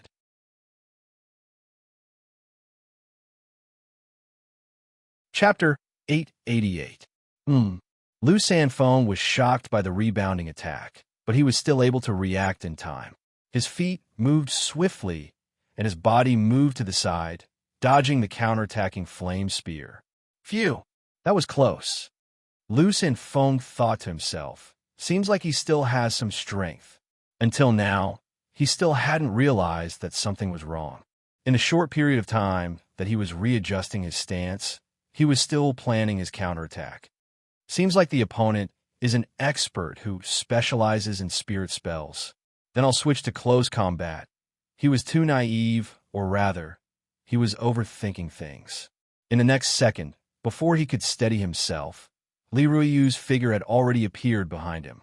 Lu Sanfeng didn't even see how she moved because their speed and reflexes were not on the same level. When the deadly sword touched the back of Lu Sanfeng's neck, he realized that he was the one who couldn't see the difference in their abilities. 1 minute later, in another part of the ruins, what's going on? Elementary school dog quickly noticed his teammate's death through the team tab, which made him extremely surprised. 3 Maple is actually dead. What in the world did he encounter? Captain. 2 seconds later, Mr. Lonely, who was a few meters away, shouted at elementary school dog, "Look at the team tab." "I saw it." Elementary school dog replied. "Lu Sanfeng died, Captain." Mr. Lonely seemed to have fallen into despair. The situation was terrible for them. "If this goes on, I'm afraid don't panic. Let me think about it." Elementary school dog forced himself to be calm and replied, "All right." Mr. Lonesome could only agree as such. At this moment, both of them were in a state of confusion. The only difference was that as the captain, elementary school dog couldn't give up. Even if he was at his wit's end, he had to act like he could still do something in front of his teammates, 200 meters away from them. Xiao Ling, who had chosen a new shooting spot, appeared to be very relaxed because Hua Jian's figure had already appeared in her line of sight. "He's here," Xiao Ling muttered to herself when she saw Hua Jian. But where did my cousin go? It didn't take long for Hua Jian to find Xiao Ling's position and quickly went over. Although Primary School Dog and When I Miss You Lonelier had discovered Hanabi's whereabouts, they were unable to stop the two from meeting up with Underworld Frontline due to Xiao Ling's firepower. "Xiao Ling, are you all right?" Hua Jian came to Xiao Ling's side and asked immediately. As a healer, the first thing she thought of was whether or not her teammates needed healing. "I'm fine," Xiao Ling replied. "I'm not hurt at all." When she said this, her eyes never left the enemy's bunker for even a second, and the gun in her hand was held steadily. On the other hand, one of them is already dead, and the other two are hiding over there. There's a fourth person whose whereabouts are unknown. As for the fourth person, Ruoyu, and I saw him on the way here. Hua Jian listened to Xiao Ling's words while digesting the information. She quickly replied, "Ruo, you should be fighting with him right now." "Oh." Xiao Ling was slightly startled when she heard this. Then she chuckled. "Ha! I'm relieved then." She asked again, "How long ago did you guys meet the fourth person?" "About 5 minutes ago," Hua Jian replied. As soon as she finished speaking, Xiao Ling shouted to the front, "Hey, your teammates elsewhere have already died, right? It's futile to wait any longer." Xiao Ling listened to the information, analyzed, and made predictions and plans very quickly. When she heard that, "Ruo, you should be fighting with him right now," the fourth person of Team Korn was already a dead man in Xiao Ling's heart. This was because she was certain that Ruo was almost unbeatable in a one-on-one battle. Perhaps her thoughts were somewhat subjective, or perhaps a little arrogant. But judging from a story later, this was indeed the truth. With this thought in mind, Xiao Ling asked for the time again. She estimated that Ruo would only need 1 to 3 minutes to kill someone in a one-on-one battle. Since 5 minutes had passed, the opponent was definitely dead. At this time, she should take advantage of this and use words to provoke the opponent. On one hand, she could create the illusion that we know everything. On the other hand, she could also taunt him. With these two things at the same time, the opponent's emotions would be easily affected. Then, he might come out with a gambler's mentality and die. Captain, on the other side, Mr. Lonely fell into the trap. He looked at elementary school dog in a panic and stopped talking. "I understand," elementary school dog said in a low voice. "But we can't be rash." He paused for a moment and continued, "We have to stay calm. The current situation may not be disadvantageous to us." He signaled in the direction of the enemy with his eyes and lowered his voice. "Think about it. When the enemy ambushed us, there was only one person. And now, there's only one person who came after seeing the signal flare. What does this mean?" He was obviously asking himself a question. From how I see it, the situation is very likely. When 3 Maple was on his way here, he met the other 3 members of the enemy team, and he used his life as the price to take down 2 of the enemy's heads. Is that so? Hearing this, Mr. Lonely really calmed down. "That's right," That must be it. Elementary school dog was quite confident in his own deduction. Otherwise, why would there be only one enemy? The more he spoke, the more excited he became.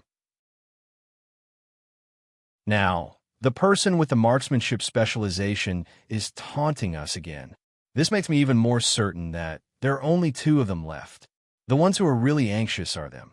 So they chose to bluff. That's right. Regardless of whether other people believed it or not, Mr. Lonely believed it. We almost fell into their trap again. Humph! Brother Dog scoffed. I can basically see that the person who ambushed us is most likely the leader of the enemy team.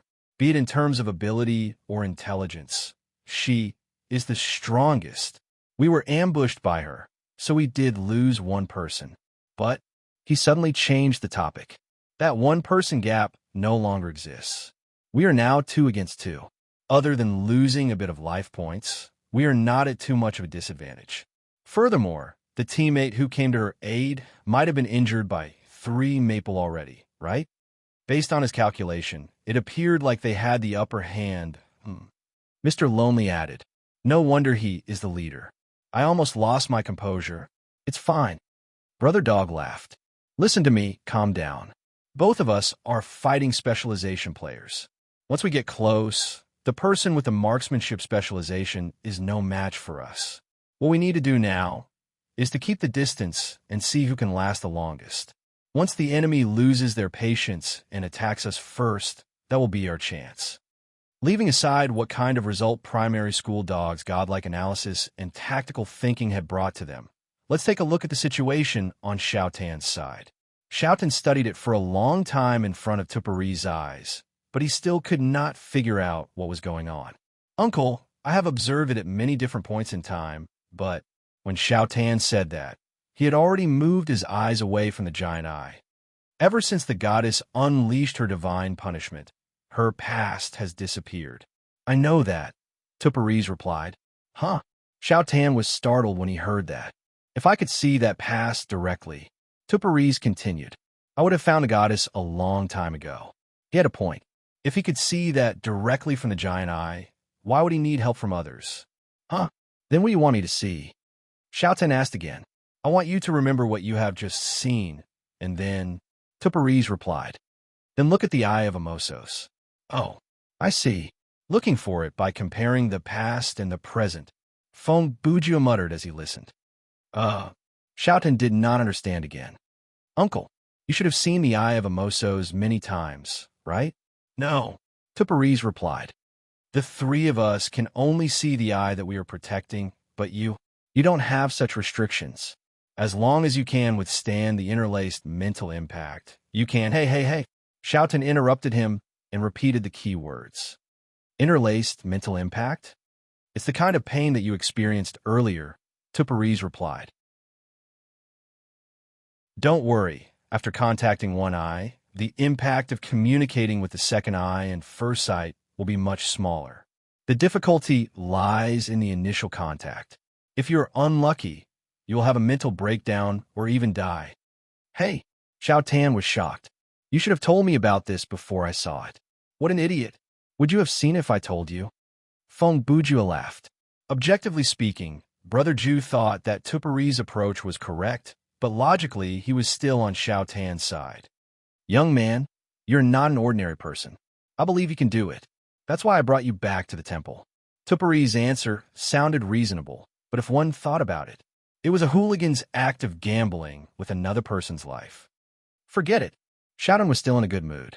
I survived anyway. Xiao Tan did not want to lose his temper because these NPCs looked quite strong.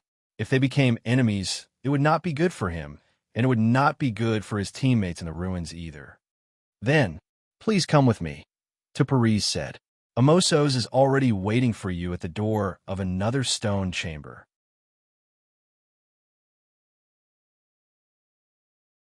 Chapter 889. Those 2 don't look like they're going to come out, Xiao Ling said to Hua Jian after waiting for a minute. I really don't know what they're thinking. Have they given up? Hua Jian asked. They should know from the team tab that there are no other teammates, right? Yeah. If we keep waiting, my cousin will be here soon. Xiaoling said this, as if Ruo Yu was a natural disaster. Is it possible that they misunderstood something? Hua Jian thought about it and said, like, they think that we won't have any more teammates? That's not a bad hypothesis. Xiaoling said. In this mode, we can't see the enemy team's team information. If they're confident in their teammates, they might make a wrong judgment. For example, they might think that their teammates are trading 1 for 2 before they die. Hua Jian thought about it. Then, should we continue to wait? Xiaoling laughed. I don't think that's necessary. As she said that, she took out something from her inventory. Don't we still have this? You have a point. Hua Jian looked at the item and smiled. To be honest, I'm also curious if this is as good as Feng Bujua made it out to be. With their fighting style, it would be difficult for them to charge in a melee range and kill 2 fighting players. Even if they succeeded, they would have to pay a price. One of them might die and the other would be injured. Under such circumstances, the 2 who were not good at melee combat thought of summoning the Blood Corpse god. As mentioned earlier, it would be a waste not to use the Jade Magatama. Since the 2 remaining members of the enemy team were here, they could use it as an experiment to see if the Blood Corpse god was as good as Feng Bujua made it out to be. Xiaoling held the Jade Magatama in her hand, and with a thought, the item's special effect was activated. All of a sudden, the crimson light flashed, and the crimson light converged into a human figure, appearing in front of Xiaoling and Hua Jian. As soon as the Blood Corpse god appeared, he turned his head and asked the 2 beauties, "Did you 2 summon me?" There was a connection between him and the Magatama, so he would not attack the person who possessed it. That's right, Xiaoling replied. Hurry up and find the one hiding over there. Before she finished, Blood Corpse god interrupted her.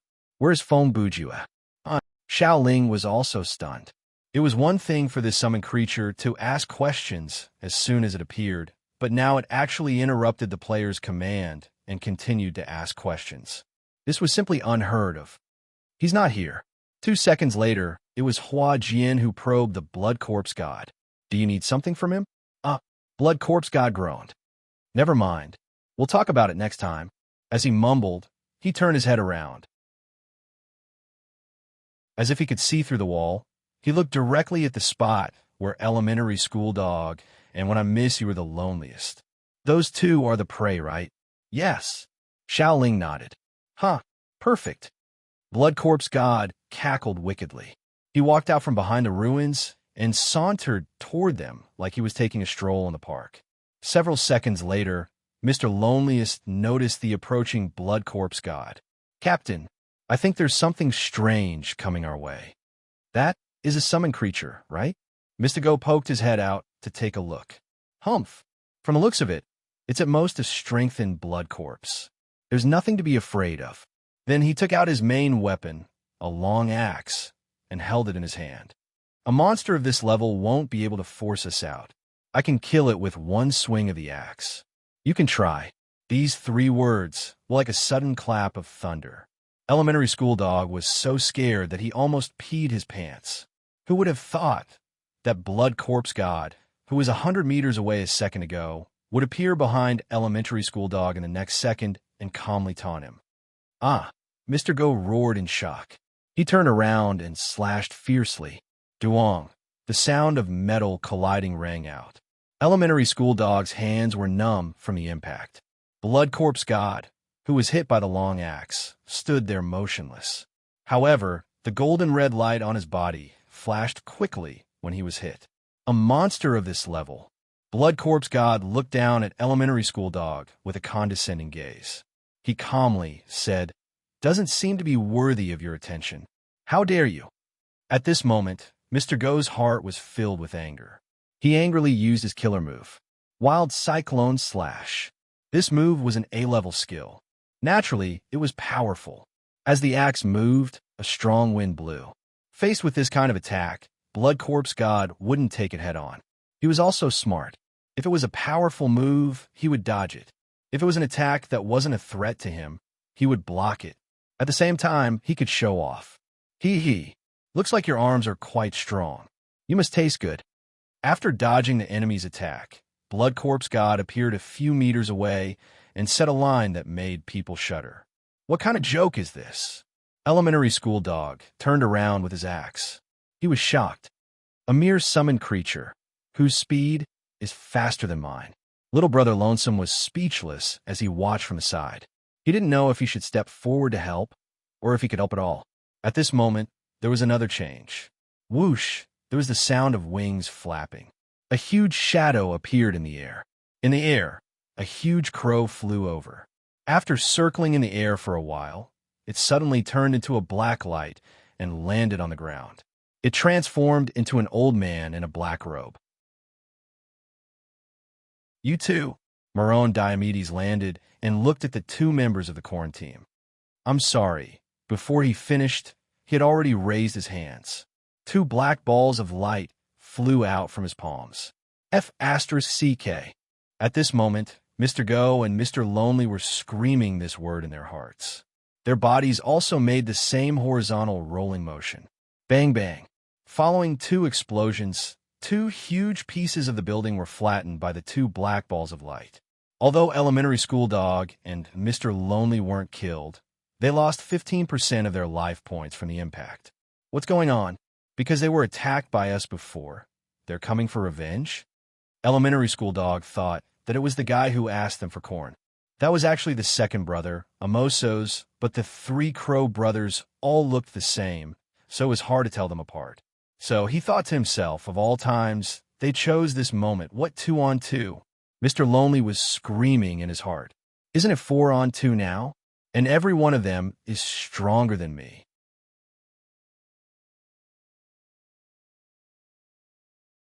Chapter 890. Hey, the spirit monster over there.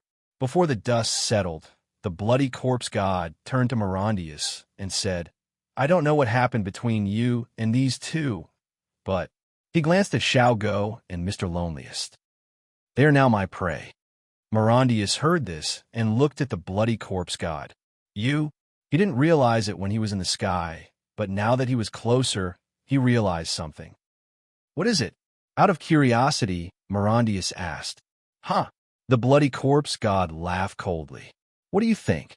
As a monster with the word God in its name, the bloody corpse god was extremely powerful physically and spiritually.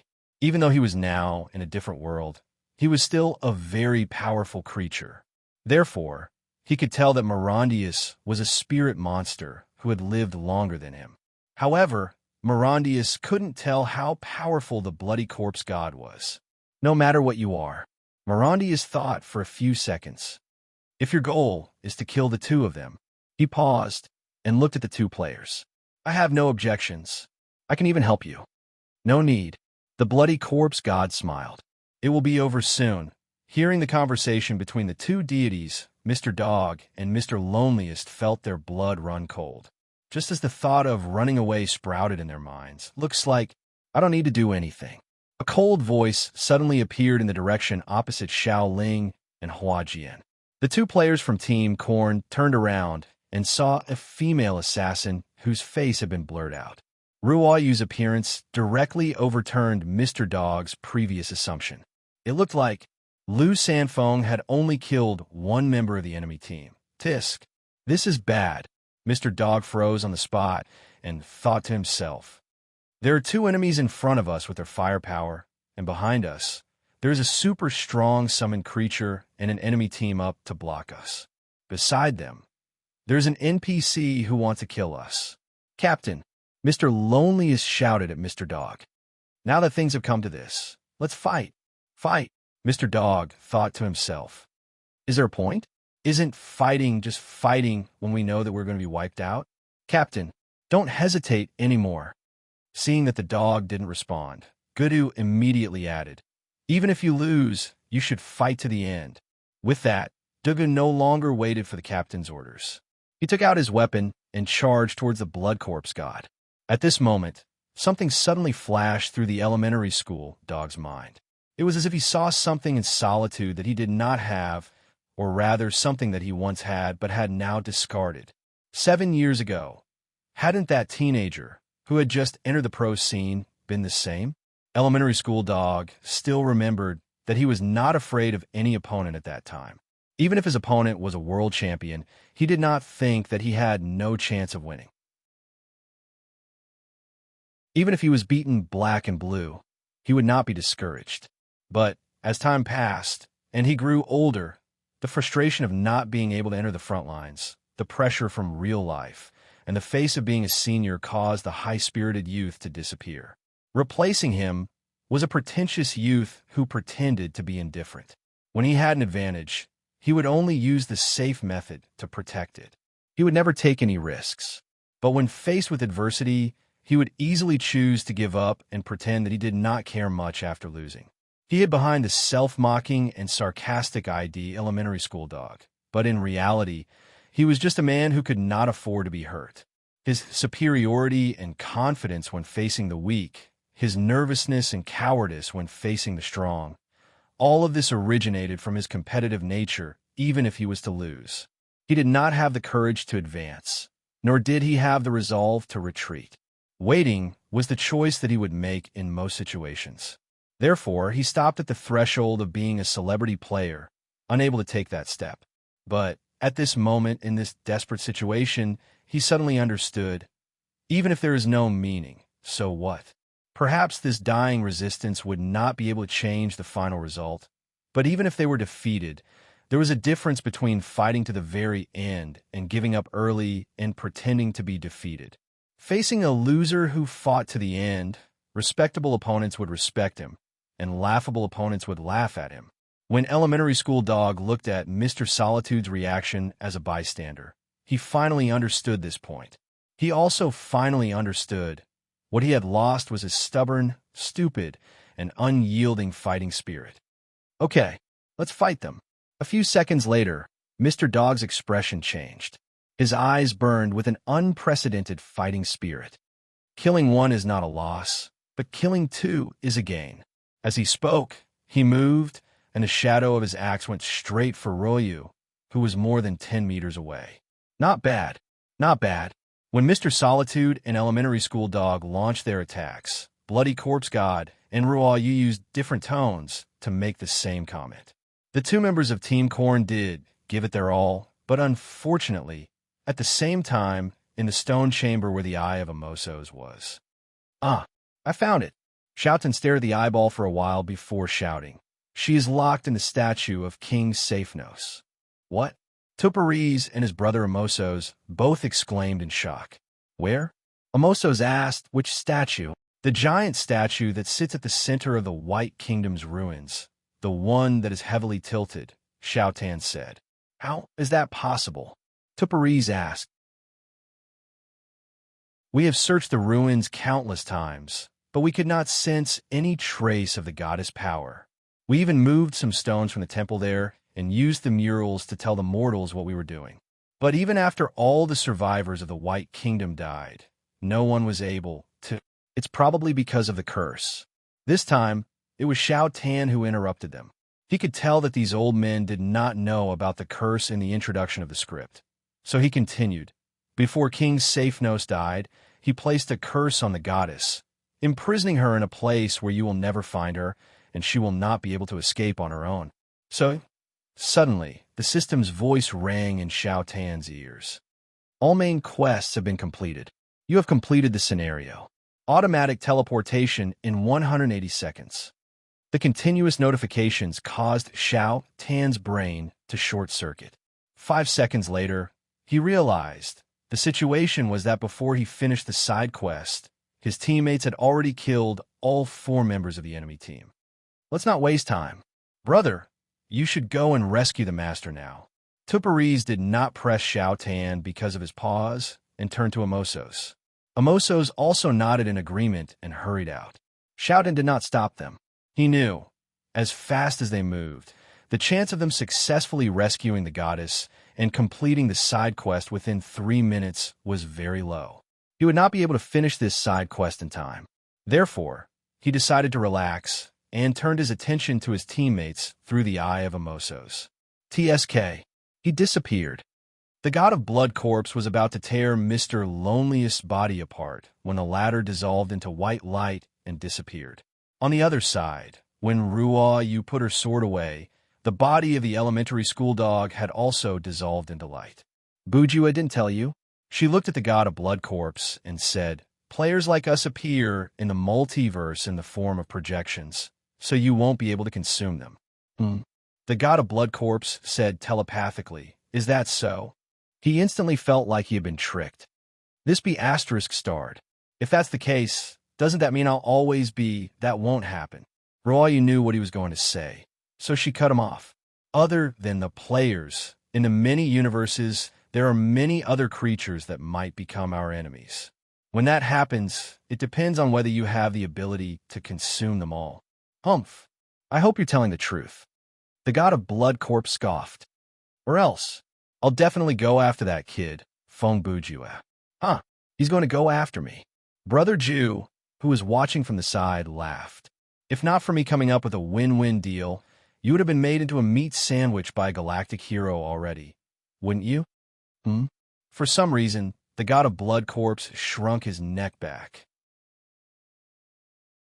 This is strange. Was with this feeling of prickling my back. 3 minutes later, inside Wang, Tanji's conference room. Yo, everyone, you're so fast. When Feng Bujua walked in, his teammates were already there. You're the one who's too slow. Hua Jian, who was already seated on the sofa, replied. There's no item reward for this mode. How long will it take to glance at the rating screen? Fine, Feng Bujua said. Actually, I just stood before the screen and calculated the reward ratio for this mode in my mind. Forgive me for not being good at middle school math, so I'm a bit slow. He paused. But then again, the reward for this mode sure is small. Like I said, this is practice mode. How can we level up and get equipment like in a normal scenario? Xiao Ling added. Also, this mode doesn't seem very fair. From the strength of the team earlier, the system should have used a random allocation method instead of the killing game's principle of matching players based on their strength. Tisk. When Feng Bujua heard that, he wagged his finger and made a face that was asking for a beating. Don't be so smug just because you've won. You have plenty of problems, he said in an enigmatic tone. Thankfully, there are still 20 days before the official competition. I have enough time to point them out one by one.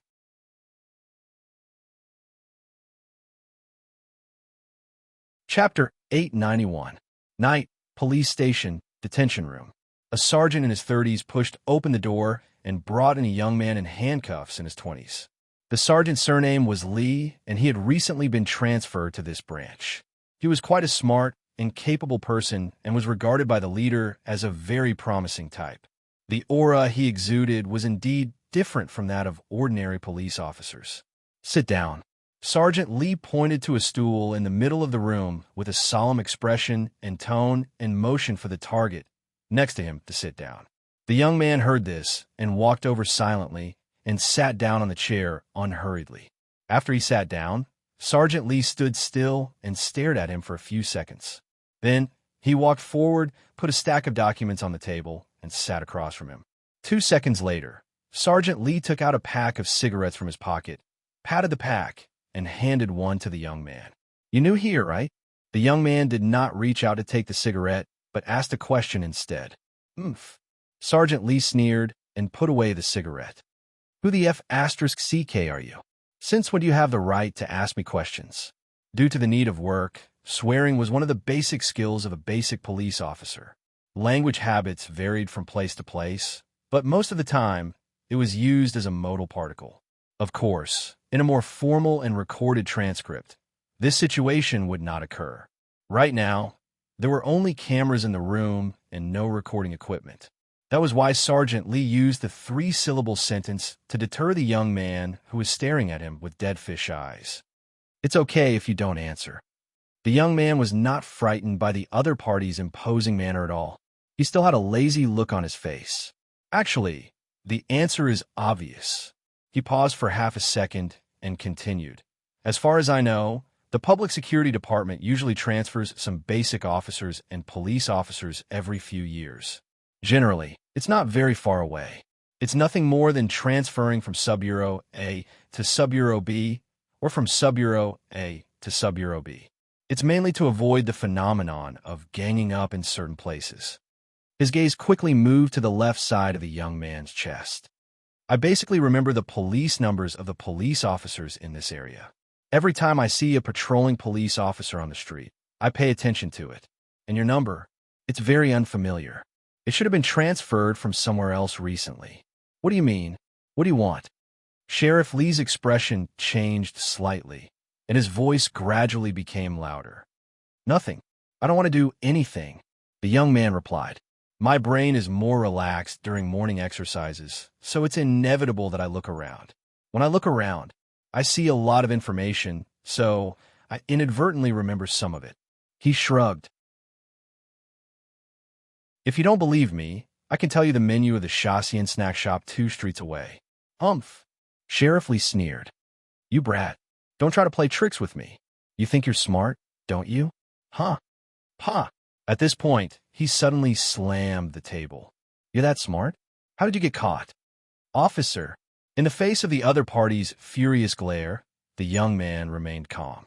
I'll repeat it again. I'm the informant. I'm the one who called 110. If you don't believe me, you can check the call record. The number and voice match. He paused for a moment. Even if my current identity is a criminal suspect, I wasn't caught. I turned myself in. You. Sheriff Lee seemed like he was going to explode again, but he stopped because he found that the young man didn't seem to be affected by force. Ha, good. You know quite a bit.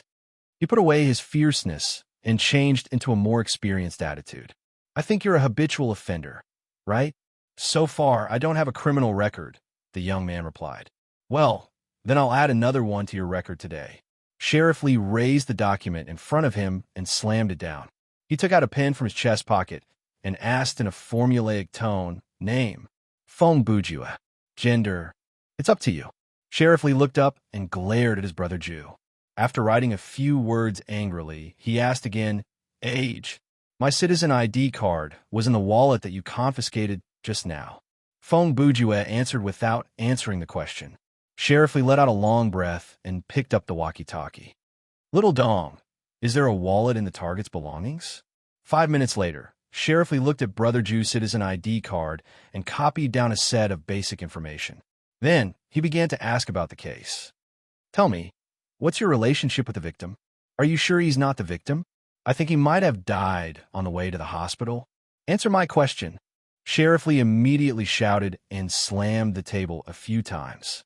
Fong Bujua might have felt that it was harsh and shrank his neck slightly. Okay. Stop hitting. I don't know him. You don't know him, or he doesn't know you. We don't know each other. Sheriff Lee wrote a few more words on the paper and said, Tell me about the situation at the time of the crime. Oh, Brother Ju pretended to arrange his thoughts, but in reality, he had already come up with the answer to each question.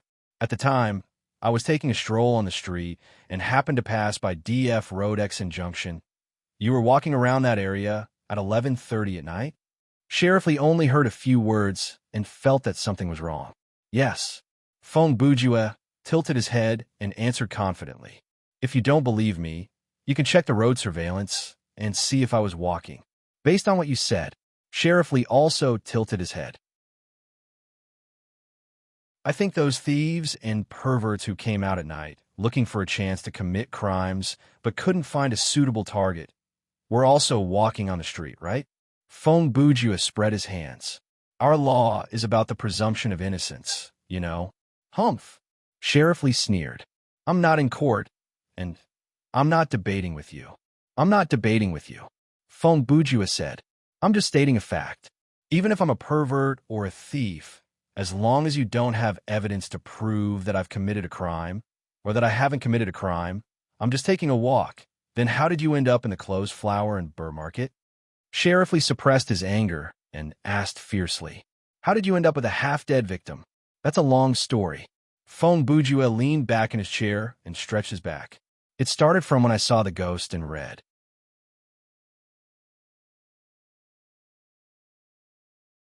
Chapter 892. What did you say? Sheriff Lee immediately frowned and said sternly, What do you think this place is? He slammed his pen on the table and tapped his fingers on the table. I handcuffed you there. Did I ask you to tell me a story? What? Officer, are you in a rush to get off work? Fong Bujue said. Anyway, after taking my statement, we still have to go to the hospital for a checkup to see if we carry any infectious diseases and if we have a history of drug abuse. We can only be sent to the detention center after the results are out. You won't be able to go back until dawn. He looked up at the ceiling. I think you have quite a lot of time on your hands. I told you that you're a glutton. Sheriff Lee stared at Brother Bujue and said, You're more familiar with the process of handling cases here than the newbies that I've been teaching. I repeat, Fong Bujue replied calmly. So far, I don't have a criminal record. Sheriff Lee was not an incompetent person. When he heard this for the second time, he understood the subtext. That means... He paused for half a second and continued, You don't necessarily have a criminal record, do you?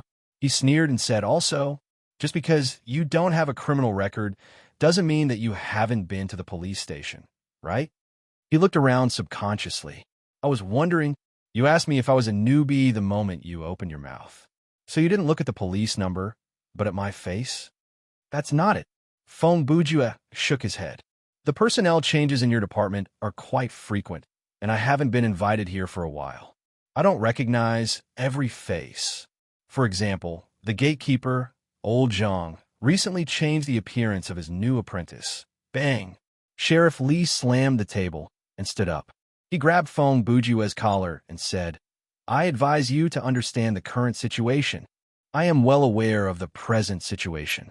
Fong Bujue remained calm, even though he was grabbed by the collar. That's why I'm so fearless. He tilted his head and looked at the camera in the corner of the ceiling. As far as I know, after 2030, the police force in S-City will basically be 90% graduates from the police academy and 9% personnel from the army and other government agencies.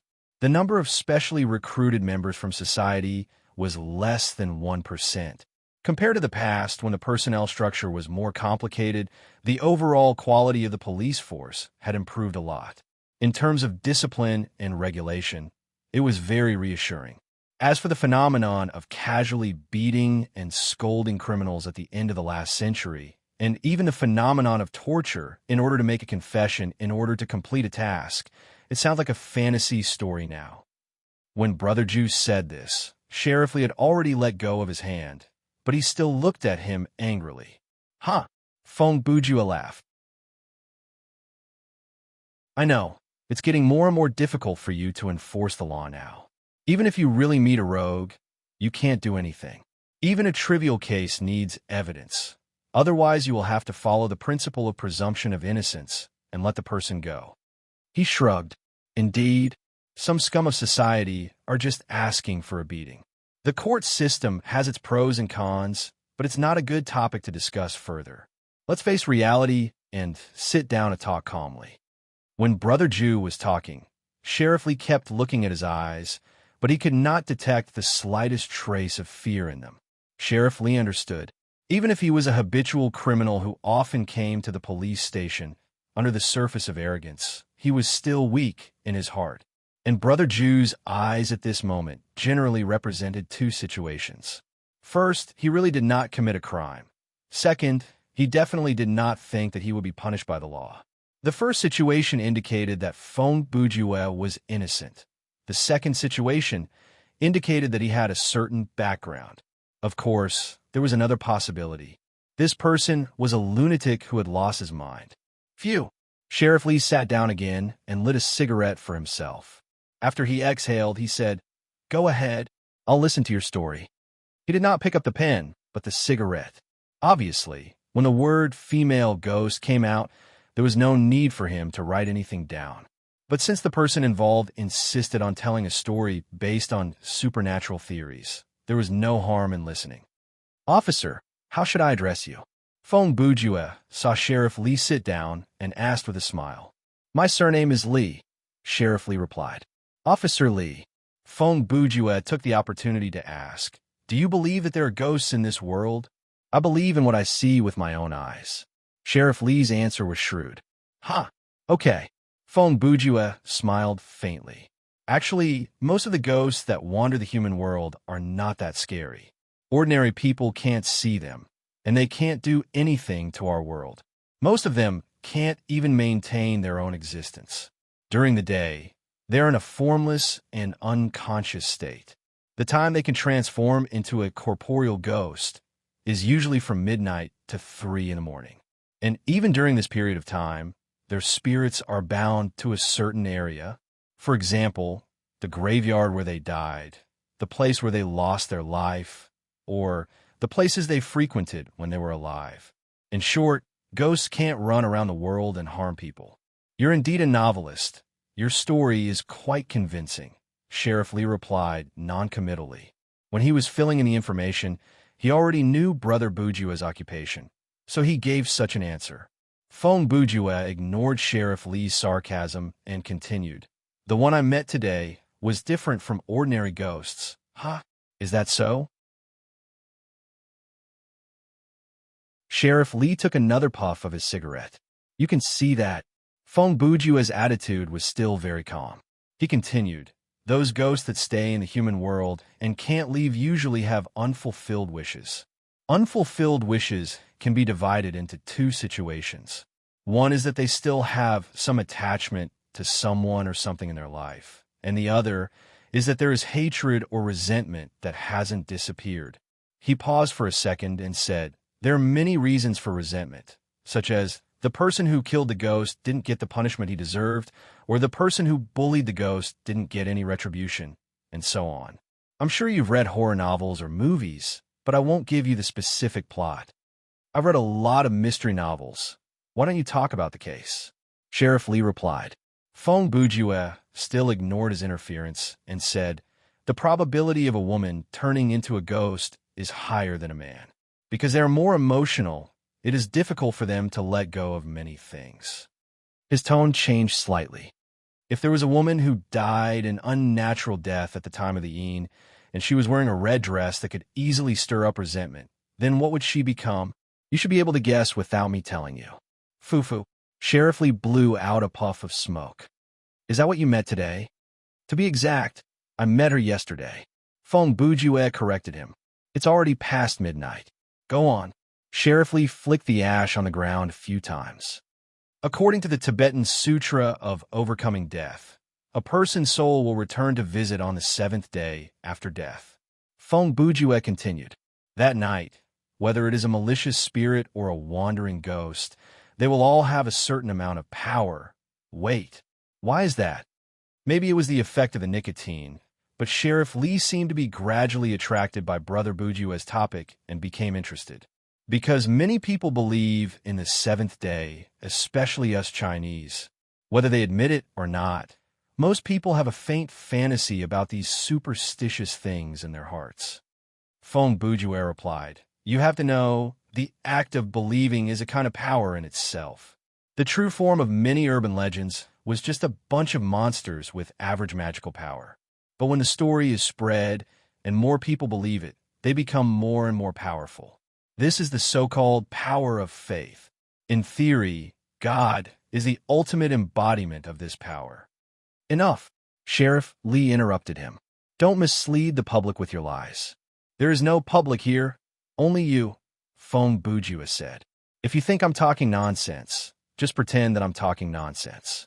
He didn't wait for Sheriff Lee to say anything and took the initiative to return to the previous topic. Anyway, what I met today was a female ghost in red who came back to take revenge on the night of her 7th day. According to her, she was killed in the market. Huh? Sheriff Lee laughed. According to her, he repeated Brother Bujue's words. It seems that you could talk to ghosts. Of course I can, Feng Bujue replied. I'm very sure of that. Then tell me, what did she tell you? Sheriff Lee asked again. Actually, she didn't say much. She basically said that the owner of the antique shop, the victim in this case, was rejected by her when she was alive. He was so angry that he deliberately drove his car and killed her. But after that, the owner pulled some strings and the case was directly determined to be an accident. In just 2 days, the owner was released from the police station. In the end, he would probably be sentenced to probation at most. He wouldn't have to go to jail at all. She had no choice but to do it herself on the 7th day. Feng Bujue replied. As for the details, I really couldn't ask her. Generally, earthbound spirits are more rational, and some of them don't even know that they are ghosts. But evil ghosts are different. Although they know what they are very confused. Most of them are difficult to communicate with, and they are very aggressive. He looked helpless. I had a fight with the female ghost. After I subdued her, she vaguely said these things. What? Hearing this, Sheriff Lee was even more certain that the kid in front of him was crazy. You fought with the female ghost? Yes. Feng Bujue responded as if nothing had happened and gave a relevant explanation. Evil ghosts can create a ghost realm. If a human who hasn't awakened their spiritual sense enters the ghost realm, it's like walking in the snow with only underwear. Once a person without spiritual sense enters the ghost realm, whether it's on a physical or mental level, they will become very weak. Most of them are scared to death by hallucinations, and some are killed by hallucination attacks. Anyway, if the brain thinks it's dead, it's dead. He pointed at himself with his thumb. But people like me who have awakened their spiritual sense are different. My mental endurance in the face of hallucinations won't decrease because of the ghost realm, and I can come into contact with ghosts. He shrugged. For a female ghost like that, even if there were 3 or 4 of them, it wouldn't be a problem for me. Oh, Sheriff Lee didn't know whether to laugh or cry. I didn't know. He looked at Brother Bujue again. You're not only a novelist, but also a master of ghost catching. You think I'm crazy, right? Feng Bujue looked at his reaction and asked. I think. Humph. Sheriff Lee snorted. I think it's like this. He paused for a moment and continued. You are a novelist who is not very famous and not very rich. Due to financial difficulties, you came up with the idea of burglarizing an antique shop. So, at 11:30 last night, you ran to the entrance of the flower and bird market, looked around the street for a while, and then climbed over the wall when the guard at the gate wasn't paying attention. Wait a minute, Feng Bujue said. If I plan to burgle at night, where are the tools? He raised his handcuffed hands. Would I have to tear open the shutter door with my bare hands? Faced with Feng Bujue's doubts, Sheriff Lee answered smoothly. From the surveillance video, you didn't bring any tools with you. You can't hide your big pincers or anything like that. He changed the topic. But, since it was a planned crime, is it possible that you hid the tools of the crime somewhere in the market during the day? Good hypothesis. Feng Bujue felt that Sheriff Lee's reasoning was very logical, and he couldn't refute it for the time being. It's not up to a suspect like you to comment. After you entered the flower and bird market, you went straight to the antique shop. Just as you were about to break in, the owner of the shop happened to be driving out of the alley next to it. Sheriff Lee replied angrily and continued to reason. After you entered the flower and bird market, you went straight to the antique shop. Just as you were about to break in, you didn't expect the owner of the shop to drive out of the alley next to it. The flower and bird market usually closes around 6 in the afternoon. Even in summer, it's never closed past 7. Feng Bujue interrupted again. It's close to midnight, so why would the owner drive home? Probably during the month, Sheriff Lee answered without hesitation. Sheriff Lee answered without hesitation. It looked like he had already predicted what kind of question Brother Jew would come up with to refute him. The main product of that antique shop is not antiques, but jade-like items. There are a lot of jades and a variety of them.